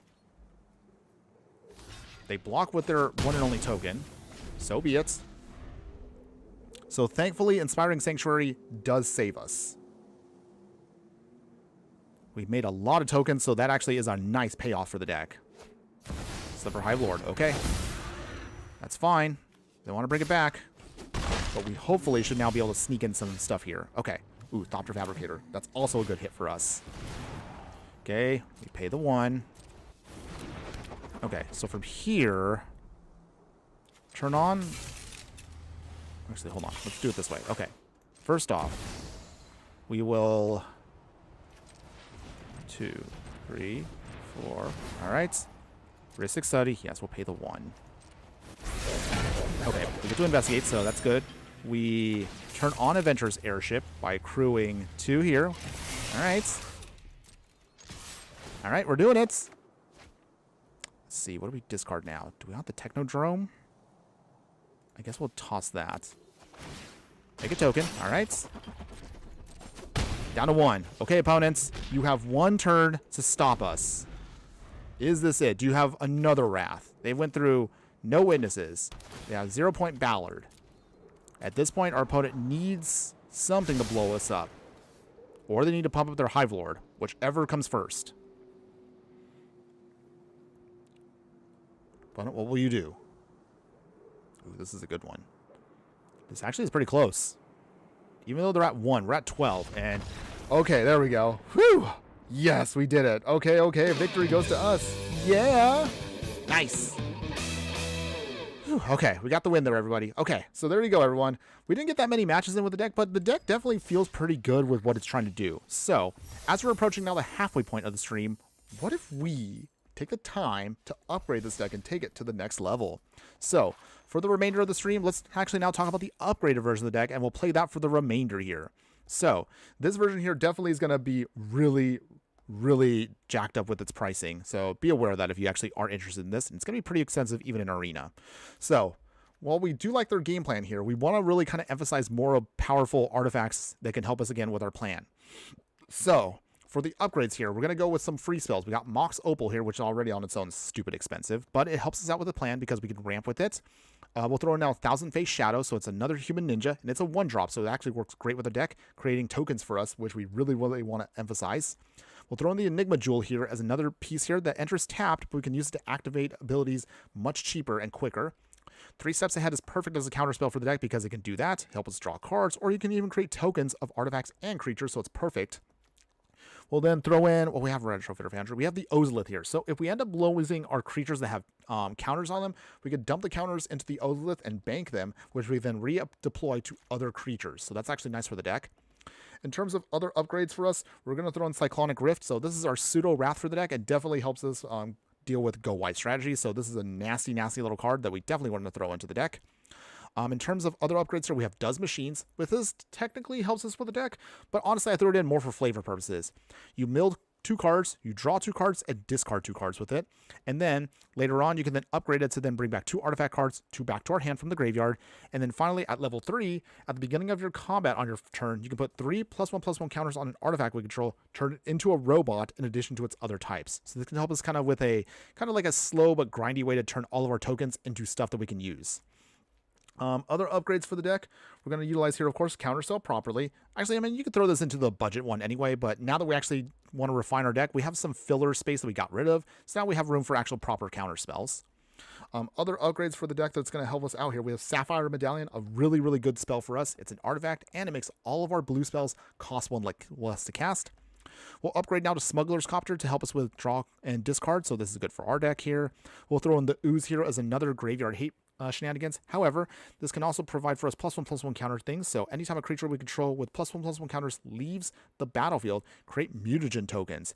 And then once you start exiling cards with it, you can also create mutagen tokens. In the 3-drop slot for upgrades here, we're going to now throw in, what do we throw in here? Simulacrum Synthesizer. Man, this card is absolutely bananas for our deck. One of my favorite cards from Thunder Junction. Anytime an artifact we control with mana value 3 or greater enters, you get to start creating big constructs that get +1/+1 for each artifact we control. So imagine this going super crazy with Donatello and April's abilities to create tokens like crazy. So this can be a really, really devastating card if it sticks on the field. This is also one of your perfect spells that you want to copy with cards such as 3 Steps Ahead. So ideally, keep that in mind if you actually do want to go super nuts with this card. In terms of other upgrades, we have Force Negation, so now we can use this as a free spell if we need to in a pinch. Other upgrades for the deck, let's see. Oh, going to the 4-drop slot, we have now the final Donatello here, the mythic one, Donatello Mutant Mechanic. So Mutant Ninja Turtle 3/5. Put 3 +1/+1 counters on an artifact we control. If it's not a creature, it becomes a robot in addition to its other types. Although you can only do this as sorcery speed, this can help us again utilize all of the tokens we have to make them into creatures to help finish off our opponents. And anytime an artifact we control is put into the graveyard for the battlefield, if it had counters on it, put those counters on another creature. So we can start moving counters around with this, the Ozolith, and start making bigger stuff that really kind of helps solve one of the problems we had with the original deck, which is we don't do that much damage. So this can help us again pump up everything we need to. In terms of other upgrades for the deck here, we'll use Secret of Bloodbending here. So this is actually a card I've wanted to use, but it's actually kind of tricky. Thankfully, with how our deck works and how waterbending works, this hopefully should be one of our worst finishers against our opponent here. So this is a 4 mana lesson that says, at an additional cost, you can waterbend 10. To waterbend, you have to basically tap down artifacts and creatures, but we make so many tokens in the deck, that should be an easy way to pay for the cost. However, the way the deck card works is, you control target opponent during their combat phase. However, if you waterbend 10 for 14 mana, you can then control them for their entire turn. So this can be basically our version of Emrakul here, if we can pay the cost. So that's actually one of our nastiest cards we can get in the deck. The Lemon, hi! Hello, my fire friend. How are you doing today? Hope you're having a wonderful day wherever you're at, and thanks again for joining us. You're in the middle of us kind of trying to go through our unbudget version of the deck. Wait, why did I say unbudget? Our non-budget version. You guys get the idea what I'm saying. But anyway, thanks again for joining us. We're going over our deck tech for Magic here, and then we're going to go into some games in just a second. So Cosmo Elixir here is also one of our upgrades. So at the beginning of your end step, you draw a card if your life total is greater than your starting life total. Otherwise, gain 2 life and scry 1. So it kind of just helps us just keep up with our opponent and stabilize. Yes, I know some people might be tilted by this card, but it is going to be good for our deck here. We have the One Ring. So we can use this as a way to kind of churn through our deck, speed up our card draw, and hopefully as long as it doesn't kill us, we should be able to finish off our opponent by the time we get enough cards in our hand. In the 5-drop slot, our upgrades here are going to be Sky Sovereign, console flagship, i.e. the flying boat. I love this boat, and it provides a good amount of damage, and also kind of solves one of our other problems, which is our deck is not good at spot removal, mostly because, again, we're mono blue, but also that means we're very artifact heavy. When this enters, deal 3 damage to a creature or a planeswalker. Crew it for 3, and anytime it attacks, you can also do that 3 damage as well. So good for us, and it provides a nice flyer in the air to help close out the game. Transmutation Font is also another awesome card for us. A card I also haven't had a chance to play with, but also sounds good for the deck. For this, you tap it down to create a blood token, a clue token, or a food token. But the reason why you want this is, By 3 mana and tapping it, you sacrifice 3 artifact tokens with different names, and then you search your library for an artifact card and put it onto the battlefield. Although it's sorcery speed, this should be able to get out some of our bigger stuff here very quickly for free. So this is why you want to generate all these different tokens, and it goes really well with Academy Manufacturer, goes well with April. You get the idea. We're just going to be drowning in tokens with these. And as for what we're going to pull out, anything here in the final drop slot here. So the only other thing we're going to throw in that helps us out here is going to be Krang Mastermind. So Krang here is another one of our pseudo finishers. Ultron Warrior, it's an artifact creature with affinity for artifacts. When Krang enters, if you have fewer than 4 cards in hand, you get to draw up to that many to match out the difference. And then Krang gets +1/+0 for each other artifact you control. So this can be a great way to help us pump our whole game plan. Finally, the upgrades, of course, will be to the mana base. We are mono blue, so we don't need too many things here, but we'll still do some utility. So we'll trim down to 24 islands to make room for Hall of the Storm Giants. So this can be a great way for us to kind of have another big finisher for the deck. We have Archway of Innovation, making our next spell we cast improvise if we want to use it. We have Anquila here. This can help us just draw through our deck and discard cards. Mystic Sanctuary is kept here. Otawara Soaring City can help us again just bounce stuff back and forth. It costs less to cast for each legendary creature we control. We have plenty in this deck. Rivendell here lost his Scry, so you notice that most of our upgrades here helps us just fix and manipulate the top card of our library just to make sure we can draw into exactly what we need. We have Ulthros Titan God Core here. If we can then upgrade this planet land to then tap it for blue mana for each artifact we control, we basically will have pretty much almost infinite mana once we get everything going. And then finally, our only other upgrades for utility lands will be Fountain Port here. We have tons and tons of our tokens to use, so we'll take advantage of this completely. Mirex can also create for us Phyrexian Mites, which are tokens, and it does trigger off our game plan. And that's going to be now the upgrades for the deck. So, woo! This version does feel jam-packed with good stuff, but is it enough? All right, only one way to find out. So let's go ahead, let's take this upgraded version of April's artifacts, and let's see how well it can do. Whew. Okay, so as we're loading our next match here, everyone, and as we've now passed the halfway point of the stream, as a friendly reminder, everyone, if you are enjoying the content and if you haven't already done so, show me some love. Be sure to like, follow, and subscribe wherever you watch the content so you don't miss out on any of the gameplay, booster pack openings, live streams, deck techs, and so much more.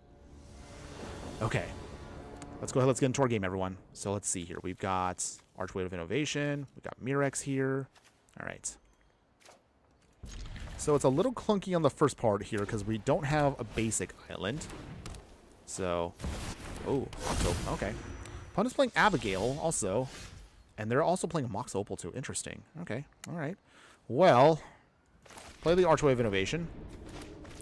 So we're just gonna just focus on our same game plan. We're gonna get that April out. We curve into Donatello. That should be enough for us to get our strategy going. Interesting though, they are playing artifacts with Abigail though. I wonder how that's gonna go, but we'll see. All right, play April. She is live on the scene. All right. Opponents. 3 cards in hand. 4 cards now.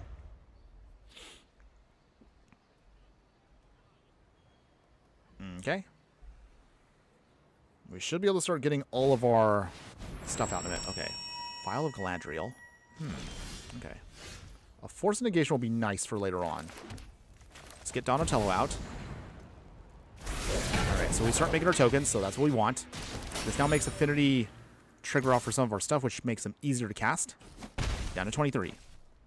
This Force Negation will be helpful in case our opponent tries to cast something here. What will they do, though? Opponents?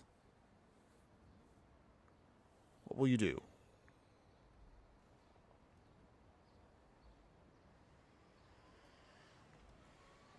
What will you do, opponents?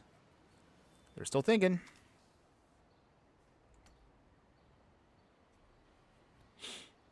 Okay. 4 cards, opponents. Gotta have something. No lands drop, though, so... Okay.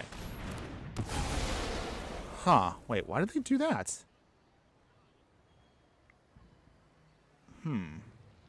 Okay. I have no idea why they did that. Unless they're just trying to throw something into the yard. Okay, they're going to take a peeky peek at what we got. I realize I could have put Mishra's Bauble into our deck, but we honestly don't need it that much. Divert Disaster. Okay, so that's not too shabby. We'll play our Retrofitter Foundry. Swing with Donnie and April. Getting some damage in. Pass the turn. So if we need to, we can start making now tokens, which should be good for us. Ornithopter Paradise. All right, that's cute. Okay. Anything else, opponents? All right, so from here, let's go and start making servos. This now creates for us the tokens we're going to need to generate to make Memory Garden basically worth... Wait, well, I was going to say worth nothing. I don't mean worth nothing. I mean it'll be much cheaper to cast.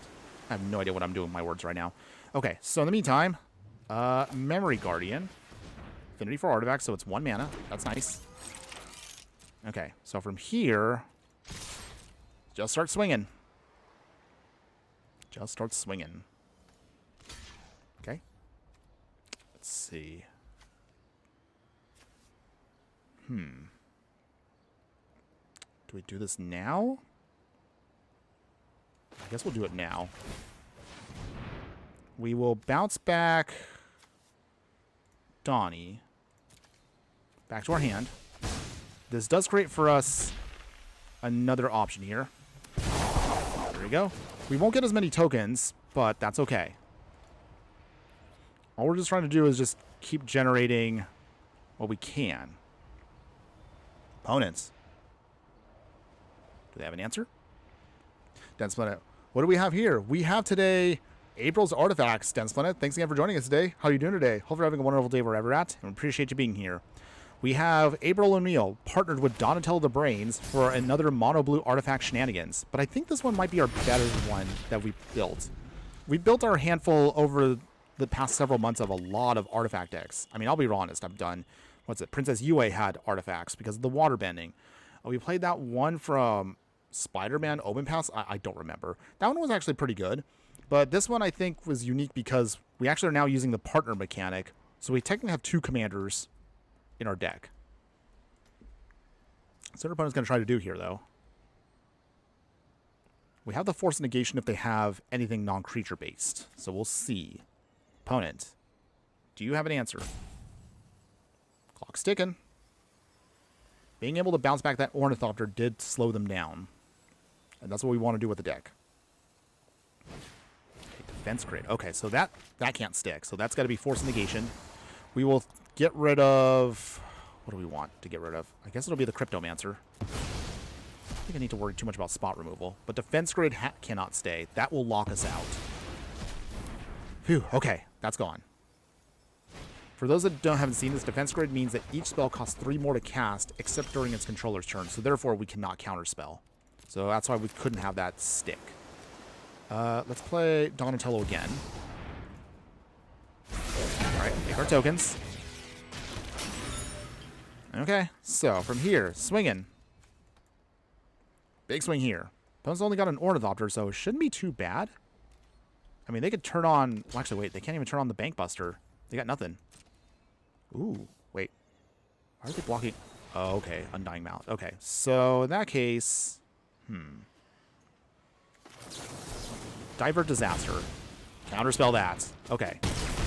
So Ornithopter is gone. Down to 10.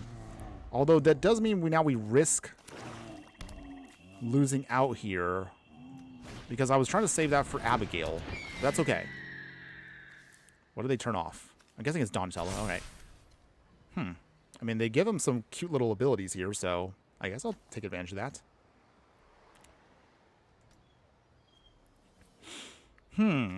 Okay. Thousand Face Shadow. That might be our key piece here. Okay, Smuggler's Copter. That's not too bad. So let's see. Not April. Okay, so in this case, what does our opponent block? Okay, they do block there. Okay, so there we go. Thousand Face Shadow doing its thing. We will...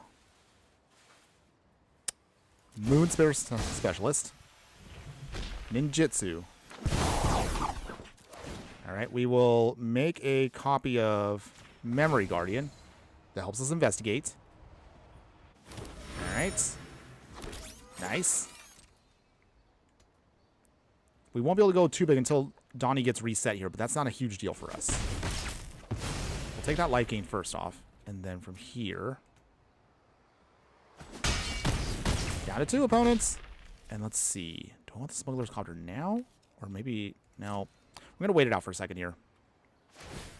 Okay, regular Bankbuster doing its thing. We can make tokens with the Retrofitter Foundry if we need to in a pinch. But our opponent right now needs an answer. If they don't have an answer, we can win. Okay, Swamp. They need a Wrath to stop us. Do they have it?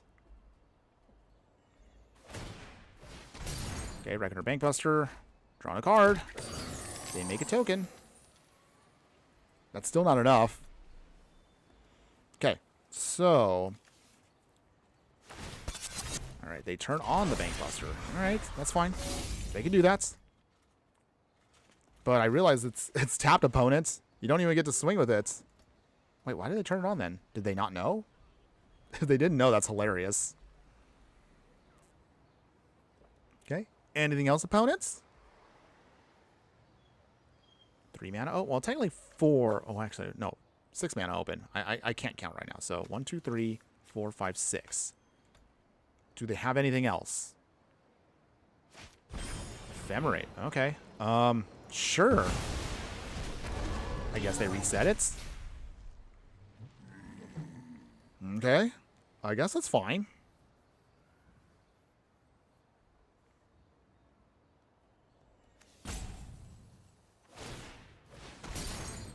Alright. Do another card draw. Is that it, opponents? Are you done?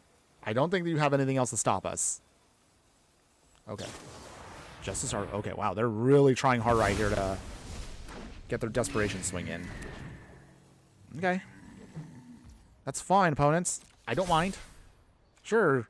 Give April some abilities there. I don't mind. That's fine. Not dead after all. Okay. I mean, were they just... Okay. I guess they just kind of did their desperation, like, you know what? I'm just going to cast everything I can and just call it quits there. But okay, a win's a win, so I will take it. There we go, everyone. Yeah, okay. Deck definitely feels a lot better than yesterday's gimmick deck. Not to hate on yesterday's deck, but yesterday's deck was kind of a bummer. I was hoping it was going to do more, but today feel a lot better. Though to be fair, this deck is not as gimmicky as the other one. This one definitely has a clear idea of what it wants to do. So that's the major difference. Ooh, opponent's also playing with partners here. So they're playing with Leonardo and Raphael. Huh. Okay. But are they a 5-color deck? Yeah, I guess we'll find out here. Okay. At some point, we will be playing with the other Ninja Turtles in partner mode. So that is coming soon. Okay. Cookie, hey, you're doing good. Feels like you've improved a lot. It has. It has been feeling pretty good here. Yesterday, if you didn't see the replay, Cookie, yesterday was, yeah, it was rough. We weren't doing too well. So thankfully, this time around, we're doing a lot better. Opponent is, oh, they are 5-color. Okay. Interesting. Okay, we'll play April, live on the scene. So, I'm guessing then they're a 5-color, okay. Not tokens. Not counters. Huh. So are they a turtle deck, or are they just a counters deck? I have no idea what they're doing. Okay, but all I do know is they're going to start swinging here for big damage. Yeesh. Okay. Smuggler's Copter. Okay, that's not too bad. But we want to get out Donnie first, as always. Gotta get him going. Get those tokens going. There we go. Let's see here. Okay, Bristly Bill, again, was not mentally prepared for Bristly Bill in this deck that they were going to play with. But okay. Leonardo Balance, coming in. Whenever a token you control enters, put a +1/+1 counter on each creature you control. You can only do this once a turn, though. Huh. Okay. They swing, alright. Ugh. Not looking good, but we're going to see if we can try to get around this as best as we can. Rivendell. We will play... I guess we'll play Whirler Rogue. This gives us tokens, which we need. Push them to 19. Alright. Let's see. Tap 2 untapped artifacts. So we can't really do much with it except just hope to stick around and let the Thopters take the hit. Krang is almost cheap enough where we can draw, but he doesn't really give us too much here. But we have Filigree Attendant, which is kind of like a discount Krang. All we just got to do is actually get in a couple more things here, and we can start generating the value. Does he have an attack trigger? Okay. Creatures you control get that. Okay. I feel like I should know this because I actually did buy... I bought the pre-con for this deck with the Ninja Turtles in it, but I haven't opened it yet. It's been sitting literally behind my shelf. Probably should open that at some point. Opponents? Okay. Oh, okay. I see what they're going to do here. So, Atagia then starts creating tokens once they actually turn on that. Alright, so... that might be a problem for us. Sponge the hit. So we lose a couple of artifacts there. But, let's see. Hall the Storm Giants. Filigree Attendant. It's a 4-3. Try to start pushing damage down to 15. We might not have enough time to stabilize, so I just need to start doing damage quick. Okay, deck. Let's see. We have Does Machines. Ooh, Gilded Lotus. Ugh. That's a little bit scary, too. That's big ramp. Okay, so they got Ward. We don't worry too much about Ward. Since when did Defense Grid get added? Good question. I think that was with Brothers War. I think that was the set that the Brothers War brought in a bunch of artifacts that like, man, there's been so many cards that have been coming out over the past couple years. I've been forgetting what has been added to Arena. For example, I want to do something that involves Food Chain because that came with the Ninja Turtle set, but even though how broken it is, I still kind of can't put together something because by the time I come up with an idea, we're already on the next set. And of course, people want to watch the next set. All right, so for here... we can't afford to have Bristly Bill do any more, so it has to die. We'll take the hit here. Bristly Bill gone.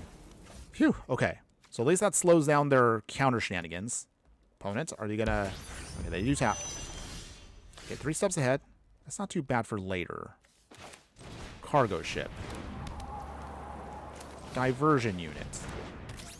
We will play Does Machines.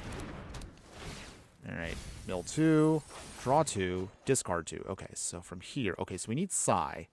Smuggler's Copter would be great. Oh, I don't want to lose the 3 steps ahead, but we might have to do it. And then Archway of Innovations. We'll do it that way. We probably couldn't squeeze in one more hit there, and we'll have to wait it out. So from here... our next option here is we need to get down Psy. Maybe Krang? Cloning of sure. Oh. Yeep! That's a bit scary.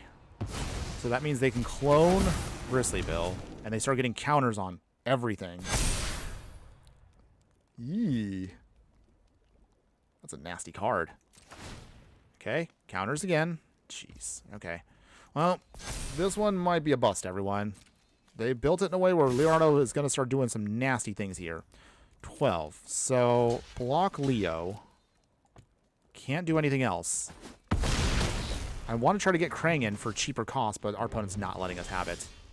Okay, Moonspear Specialist. So,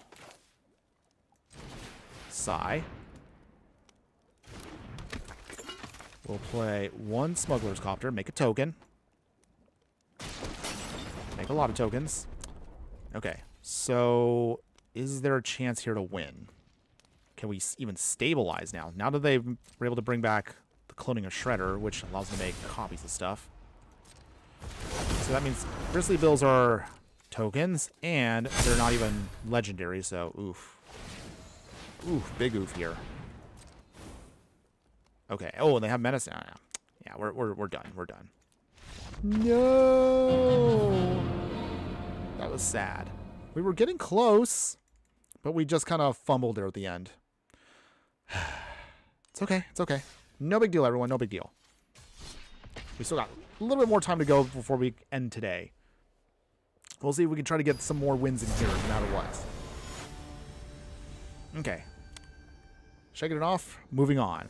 Okay, we're going to be playing against, what is it, Titus? Or is it Titus? I don't know. I haven't actually played Final Fantasy X, so I have no idea if it's Titus or Titus. If someone can correct me, let me know. But, right, they're all in on their Final Fantasy plan, which is kind of cute. They even have, like, the Una sleeves. Okay, they definitely are a fan. Okay, but in the meantime, okay, so usual game plan, April into Donatello. Ooh, okay, so they got a Poison Dart Frog. That's interesting. April live on the scene. We also have Sai too, which is great. So we can start generating a ton of tokens once we can start getting our artifacts out. Okay, Yuna Grand Summoner. Ooh, we also got the alt art one too. Really nice art, by the way. Okay, get down Donnie again. Make our tokens. Can't attack yet. Yuna is definitely going to be a powerhouse. I actually realized we never played with this version of her. She is good, but we never got a chance to actually do that. Chris Grainer, hello, my fire friend. Good afternoon. How are you doing today? Hope you're having a wonderful day wherever you're at. Appreciate you for joining us today. You're here right now watching us see if we can make April O'Neil and Donatello from the Ninja Turtle set make an Artifact Affinity deck go off.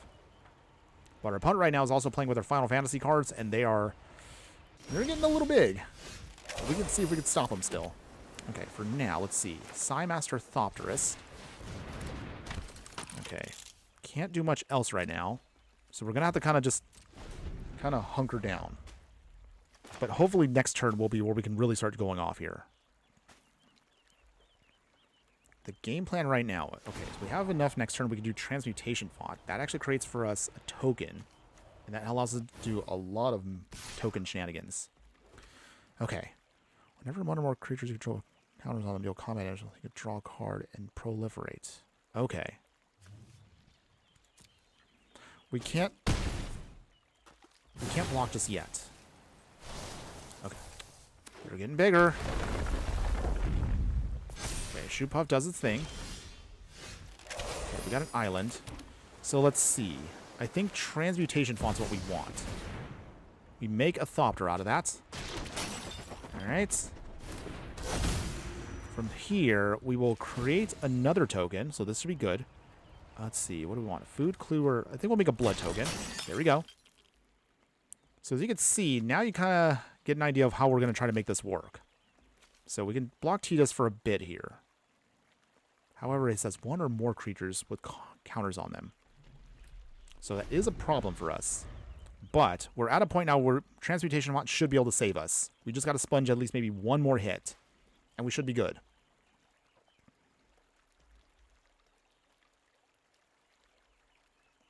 Okay, so let's see. Is this going to be enough? Opponent, 5 cards in hand. They're still at 25. They haven't taken any damage. Okay, they got a Venerator Opry, so... Oh, I'm going to play some dirty, toxic poison counter shenanigans, aren't they?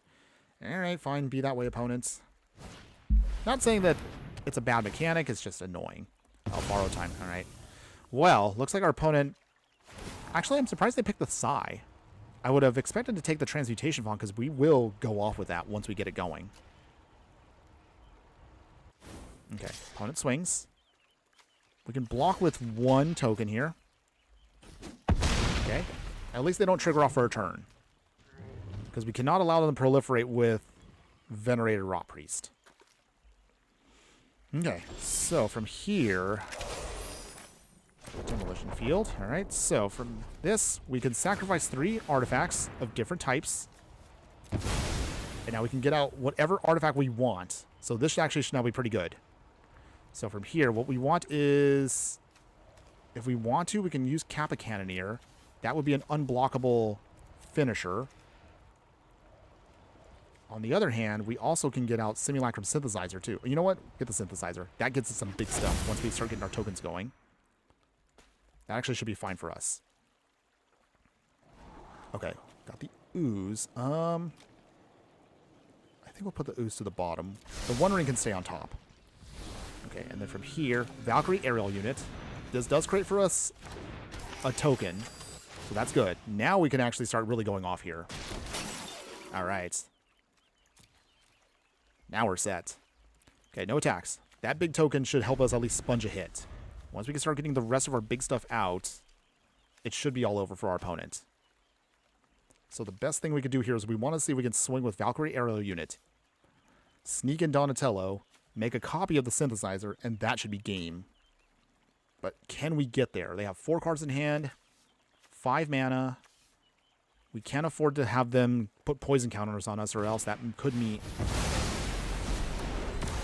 Come on! No! They used a farewell. Oh. Oh, that was painful. Oh. That's rough, buddy. Yeah, that was rough. Okay.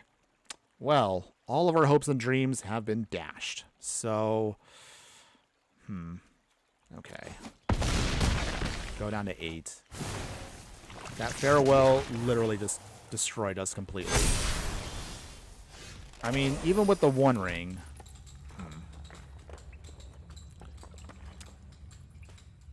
What color does your deck use? Oh, Daniel. Hello, my friend. How are you doing today? Hope you're having a wonderful day wherever you're at. Thanks again for joining us on the chat. So to answer your question, Daniel, we use mono blue. So that's pretty much it, because our 2 commanders here are blue. We'll play the 1 ring, because that's pretty much our only hope of surviving now. So from here, draw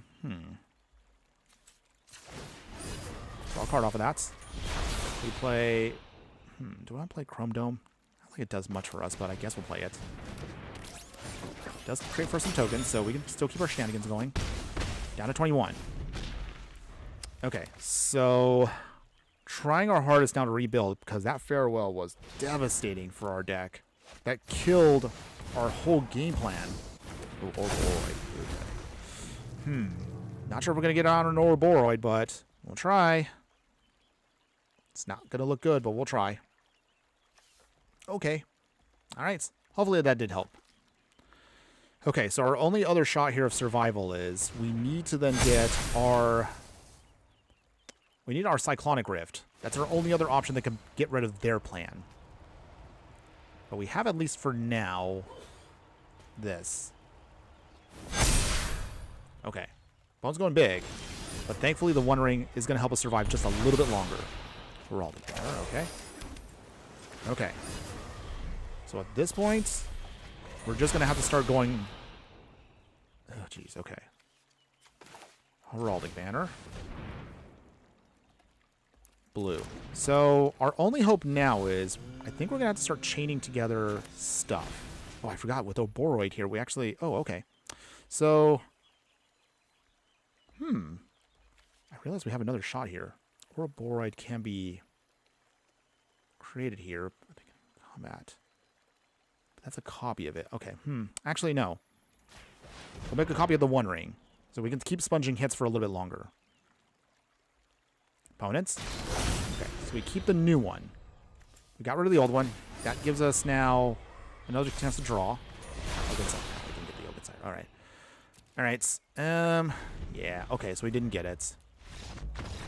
Part of me did forget that unless we cast it, we can't get the ability to go off. And on top of that, even if I cast the Ouroboros to our side, we weren't going to get the win there, so I'll take the L. Okay, sorry. I was overthinking something that I realized was not going to work. It's okay, though. It's okay. We all make mistakes. All right, continuing on. Keep the good times rolling, everyone. Let's see. Shake that off. We'll see if we can get some more wins here. We have a little bit of time left, so we're going to see if we can try to squeeze in a couple more. Daniel, I finally figured out how to dual monitor after like 2 minutes, I think. Okay. Were you setting up some upgrades for your computer? Don't mind asking, so how... Were you trying to set it up for like maybe like your own gaming and then having maybe another monitor off to the side just to monitor things? Or were you just trying to do it just to have some funsies?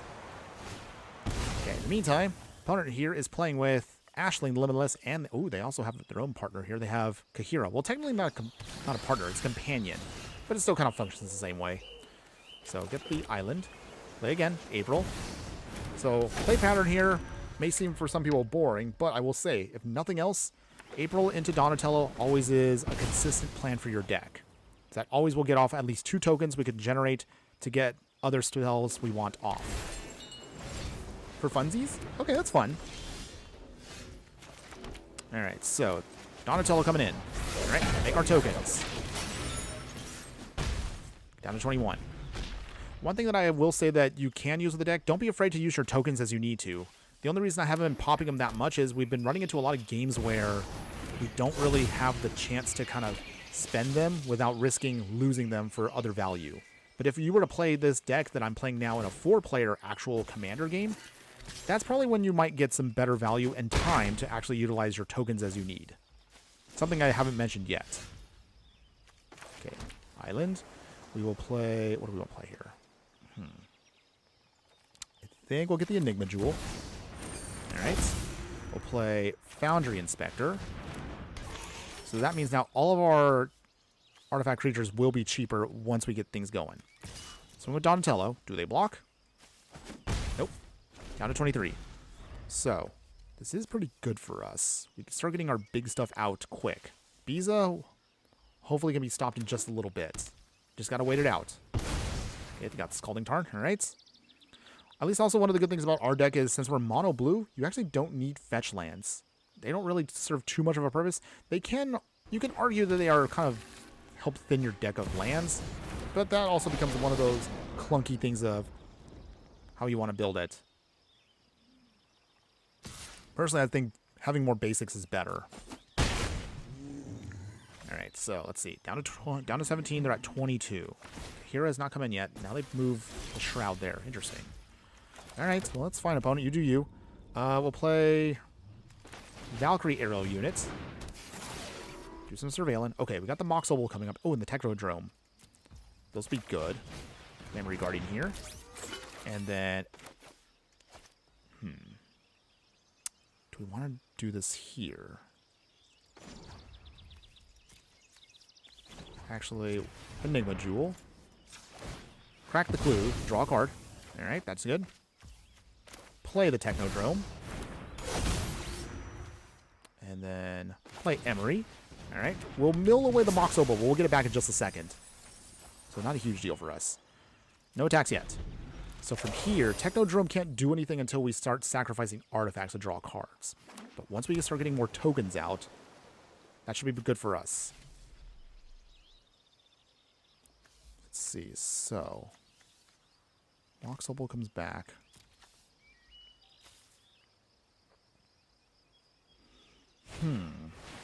Okay, Rhyme, Recluse. Okay. So they bounce back our stuff. Alright. They make the token. So they bounce back now. Opponents. Bounce back Donatello. Alright. Well, I mean, that's actually not bad. We kind of don't mind that because Donatello can be recast. That gives us the tokens we need to then start pumping up the Technodrome. So it's actually kind of good for us. So thank you, opponent. I actually don't mind that. Dense Splendid. Question. What's the most disturbing looking art in MTG? Ad Nauseam is pretty horrifying looking. Ooh.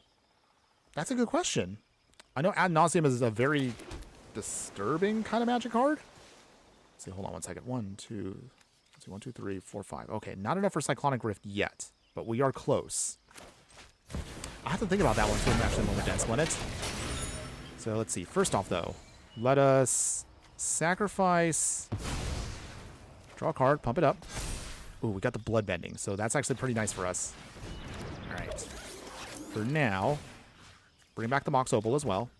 Play the Mox Opal. Okay, and we should be good to go here. Hey, we got another follow here from Daniel. So thanks again, Daniel, for being a follower of the channel. Appreciate you, by the way. Okay, so we have two dirty ways to beat down our opponent next turn. So we either play the Cyclonic Rift, bounce away everything, or we can use the Secret of Bloodbending to control them and waterbend what we want. Ooh, opponent. Shimmer Creep. That's gonna hurt us. So let's see. Down to 9. Okay, opponents. They bring in the Kira. Okay, so let's see, what do we want to do here? I feel like the Cyclonic Rift is the safe option, if I was to be honest. Okay, so I'm going to Biza. All right, 7 damage. Okay. Okay, oh, okay. Take the hit here. Down to 2. Let's see. I'm just going to casually... Oh, well, I appreciate that. Noobish Foolish. Stitcher's Anesthesia, where the eyes and mouth are sewn closed, is pretty grim. Yeah, that one's pretty good too. Let's see. I think, what is it? There's a couple of cards from Innistrad that are also, they're a little disturbing. You know what? Maybe we'll do this as a fun one later on. But I want to say, if I was to pick right now off the top of my head, Pithing Needle also looks really gross and really kind of creepy. But I'll bring that up in a bit. Let's see. Okay, so what do we do here, everyone? Do we play the Bloodbending and control them for a turn? Or do we Cyclonic Rift to bounce away everything and get a free shot in? What do you think we should do for this turn, everyone? Real quick. What do we want? Bloodbending or Cyclonic Rift? Either way, that should be able to blow away our opponent here no matter what they do. I think the Cyclonic Rift is probably the safer option. But we got a little time, everyone. Let me know. Bloodbend or Cyclonic Rift?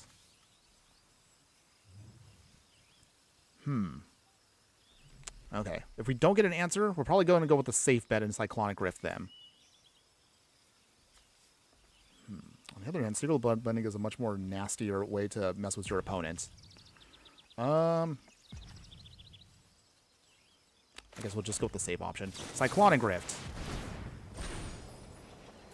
We get pinged down to 1. But that bounces away everything. Okay, so. Big swing here. Down to 6. And then... Oh, I realized we probably could have won last turn if we only cracked the mutagen tokens.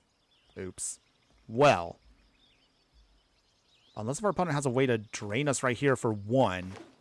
Maybe we have a shot? Oh. Did I mess up? Did I mess up right here?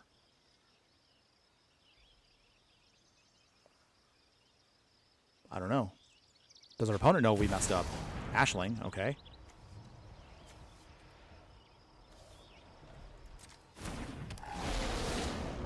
Does our opponent know we messed up? I guess we'll find out right here. Okay, they figured it out. Wow. I had what should have been an easy win here, and I messed up. Because the Technodrome literally is missing 1 point of power in order to block. Oh, and they got the... I forgot. Scalding Viper bounced it. Alright. Wow.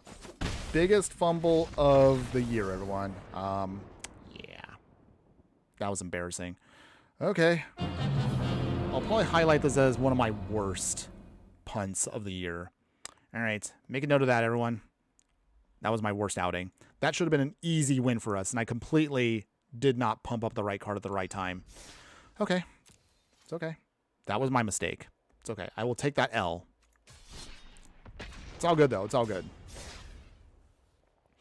Okay. Massive, massive oof there. Okay. Looking at the clock right now, everyone, I think we'll probably try to see if we can get in maybe 2 more games. 3 if they're short, but 2 more solid games right now. And then that'll be pretty much it for today, everyone. So again, appreciate all of you who have been with me today. And as a reminder, if you do want to continue enjoying our content, as a reminder, we do have, of course, Patreon, where we do, of course, put up some exclusive, unique videos, not only there, but also a members-only playlist that's available on YouTube there for those that want to be true fiery friends of the channel. But if you actually want to support us for absolutely no cost to you, I will never ask you, of course, to actually donate to me for free. You can just simply join the Discord and be part of our group of fiery friends as we grow and grow. However you support me, whether you're watching, whether, again, if you want to involve yourself in the chat, or if you just want to just watch for funsies, your support will help keep this channel going. All links, of course, will be located in the details below, and we thank you all one more time for being with us today. All right, so with that, all right, so let's see. Let's get out our island. So, yeah, play pattern, pretty consistent. Okay, Emerald Medallion, okay. But they're playing green. You really don't need an Emerald Medallion for playing green. You have all the ramp in the world, if you know how to use it correctly. Okay, April and Donnie live on the scene. So once again, we're just going to focus on trying to get out our game plan here, try to get our tokens going. We actually can go... It's going to be actually 2, 3, and 4 into turtles. I love these planet lands, though, by the way. These actually look really nice. Okay. Larval Scoutlander, so they sacrifice a land. They're playing the Earth King. An interesting choice here for a mono green deck. Get our island. That's good. Okay, 3-drop Donnie coming in. We make our tokens. We also will have 4-drop Donnie coming in as well. Okay, opponents. All the ramp in the world because they are mono green. Here comes the Earth King. They make a bear. Literally, his name is just Bear. Okay, opponents. Okay, Hall the Storm Giants. So, play Otawara. Play 4-drop Donnie. Make another set of tokens. Can't attack now, but that's okay. Donnie will start creating here creatures out of our tokens, which will be nice. Glorious Sunrise. Okay. Gallic Readers. Okay. They start gaining life, so they're starting to grow ahead of us here. Okay. They get their land drops. Joy. We can block at least for once. So, Bear does not get through any damage. Ooh, Uthros is good here. So, Uthros here. We will play Foundry Inspector, which is great. Makes all of our stuff cheaper. Chrome Dome coming in. Alright. Make our tokens some more. We can then turn on one of our tokens into a creature. And then for here, Station. Station here. Station here. Station here. Alright, so this is actually going to be able to go off here pretty quick. Station here. Okay, there we go. Our land is now online. So, opponent, you're not the only one who can start ramping. Okay. We should be able to now cast off everything, no problem. So now it's a race to see whose ramp is going to get them the most value. Okay, opponent swings with Bear. Hey, that's fine. They get another land off of that. Alright, so here come the tokens. So we're going to have to start moving quick here to see if we can draw cards and hopefully get to our answers. Okay, come on, deck. See if we can get there. Hoping we can. Alright, ooh, Kappa Cannoneer. That is our ticket there to victory. Okay, so for now, all the Storm Giants. Play the Waterbending Scroll. Play Cargo Ship. Midnight Clock. Alright. Kappa Cannoneer. Alright. Might as well just use up all the mana here. Alright, there we go. He a big boy. And he makes for us more tokens, which makes them even bigger. Okay, so from here, Waterbending Scroll. So we'll tap to draw another card. There we go. And let's see, turn on Donnie's ability. Make one of our mutagens into a creature. No attacks yet. So we have our finisher, which is great. Kappa Cannoneer will hopefully help us close out this game, but he needs to go really, really big, really fast. We also have Chrome Dome too, which also can be good for us as well. Head Shredder. Okay, opponents. And thankfully with our mutagens... Ooh, Primal Bounty, okay. Opponent's pouring out all the enchantments to stop us. But that's not enough. The Kappa Cannoneer alone can at least hold down the fort. Okay, opponent wants to swing here. That's fine. Okay, so what do? They make tokens. Counters on the Gallic Readers. Or then they make treasures. They gain life.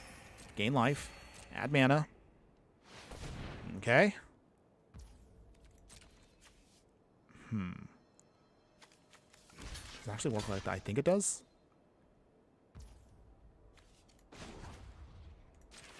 Put an hour counter. Okay. We lose the mutagen token.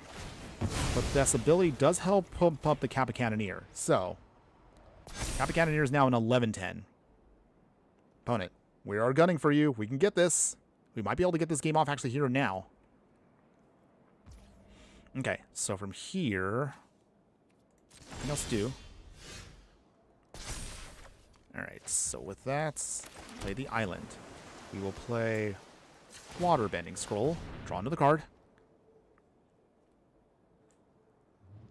Okay, opponents. Let's see. We'll turn on another token, so this is good. This will be fun here.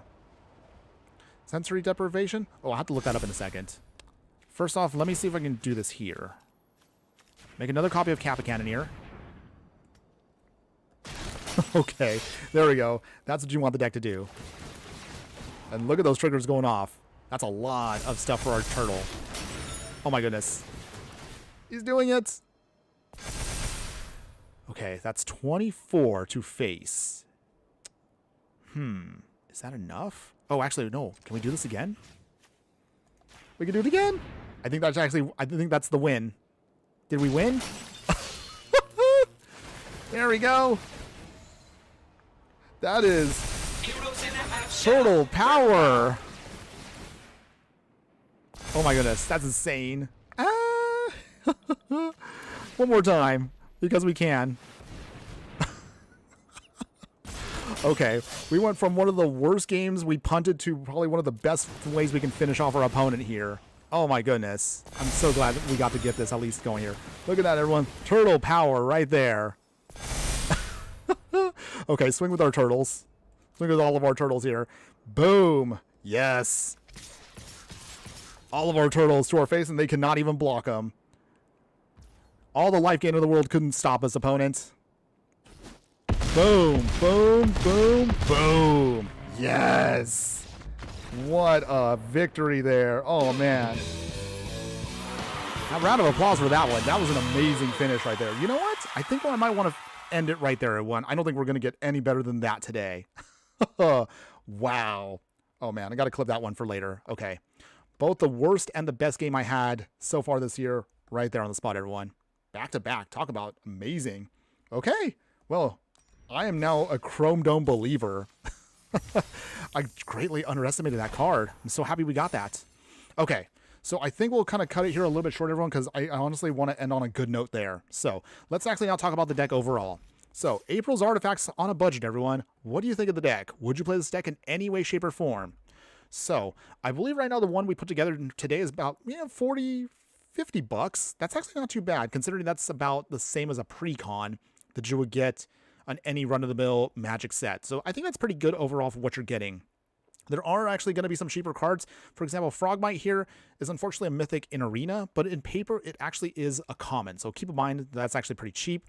Overall, I do like the combination of April O'Neil into Donatello here. They synergize perfectly well for the deck. The token plan does allow you to do some fun shenanigans, as you saw here. And I will say right now, wow, I greatly underestimated Chrome Dome.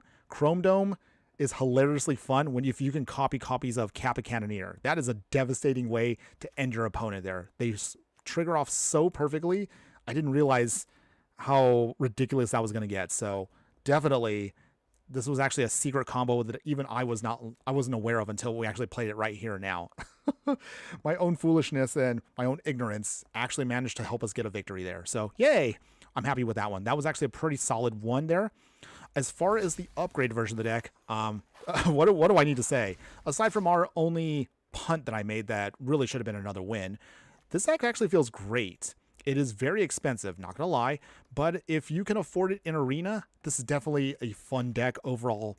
And if you're kind of like bored of the usual kind of shenanigans with mono blue, and you want to play like an artifact deck that has a mixture of counters and artifact shenanigans and copying things, definitely you can do this.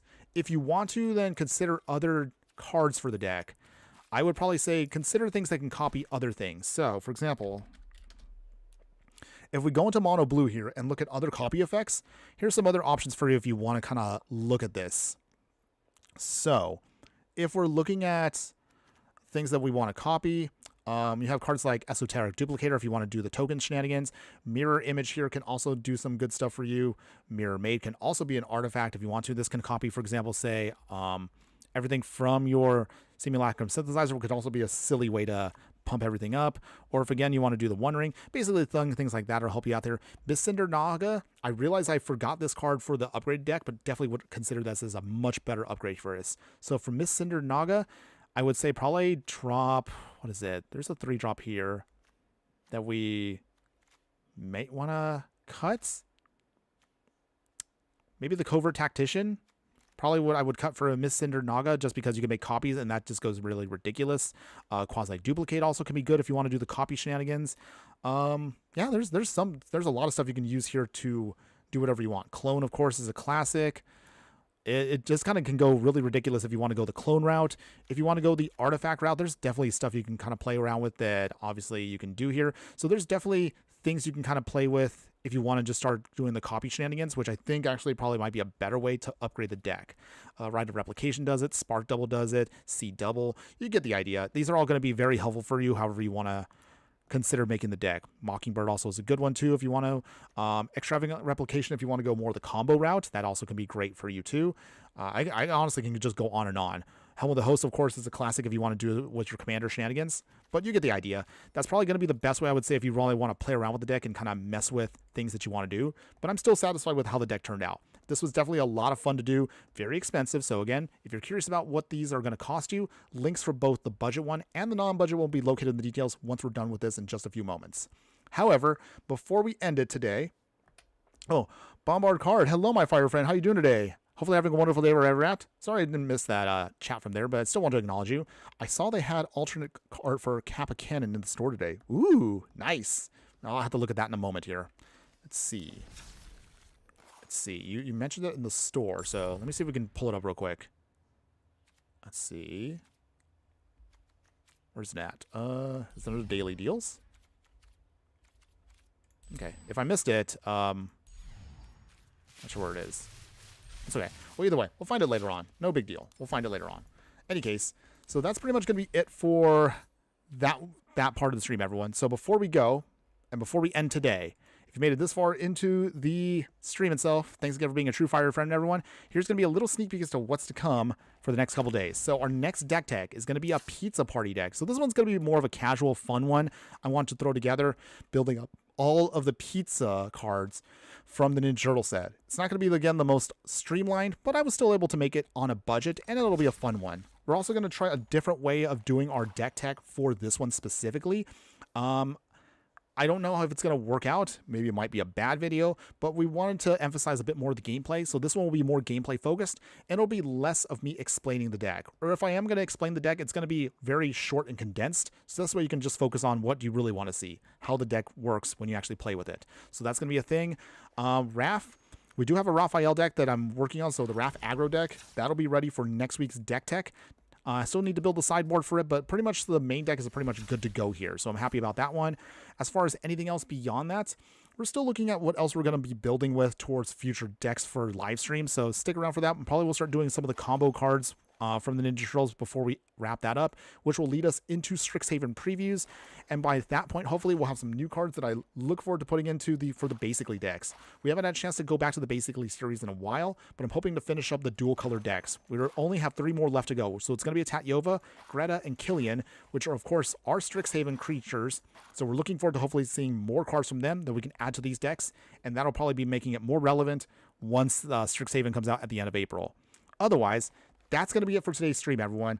Appreciate you all being here for today. I do want to give shout outs to everyone that's been here in the chat for me. So shout outs to everyone that I see that's been chatting with me today. And even if you haven't been chatting, I still appreciate you guys just the same.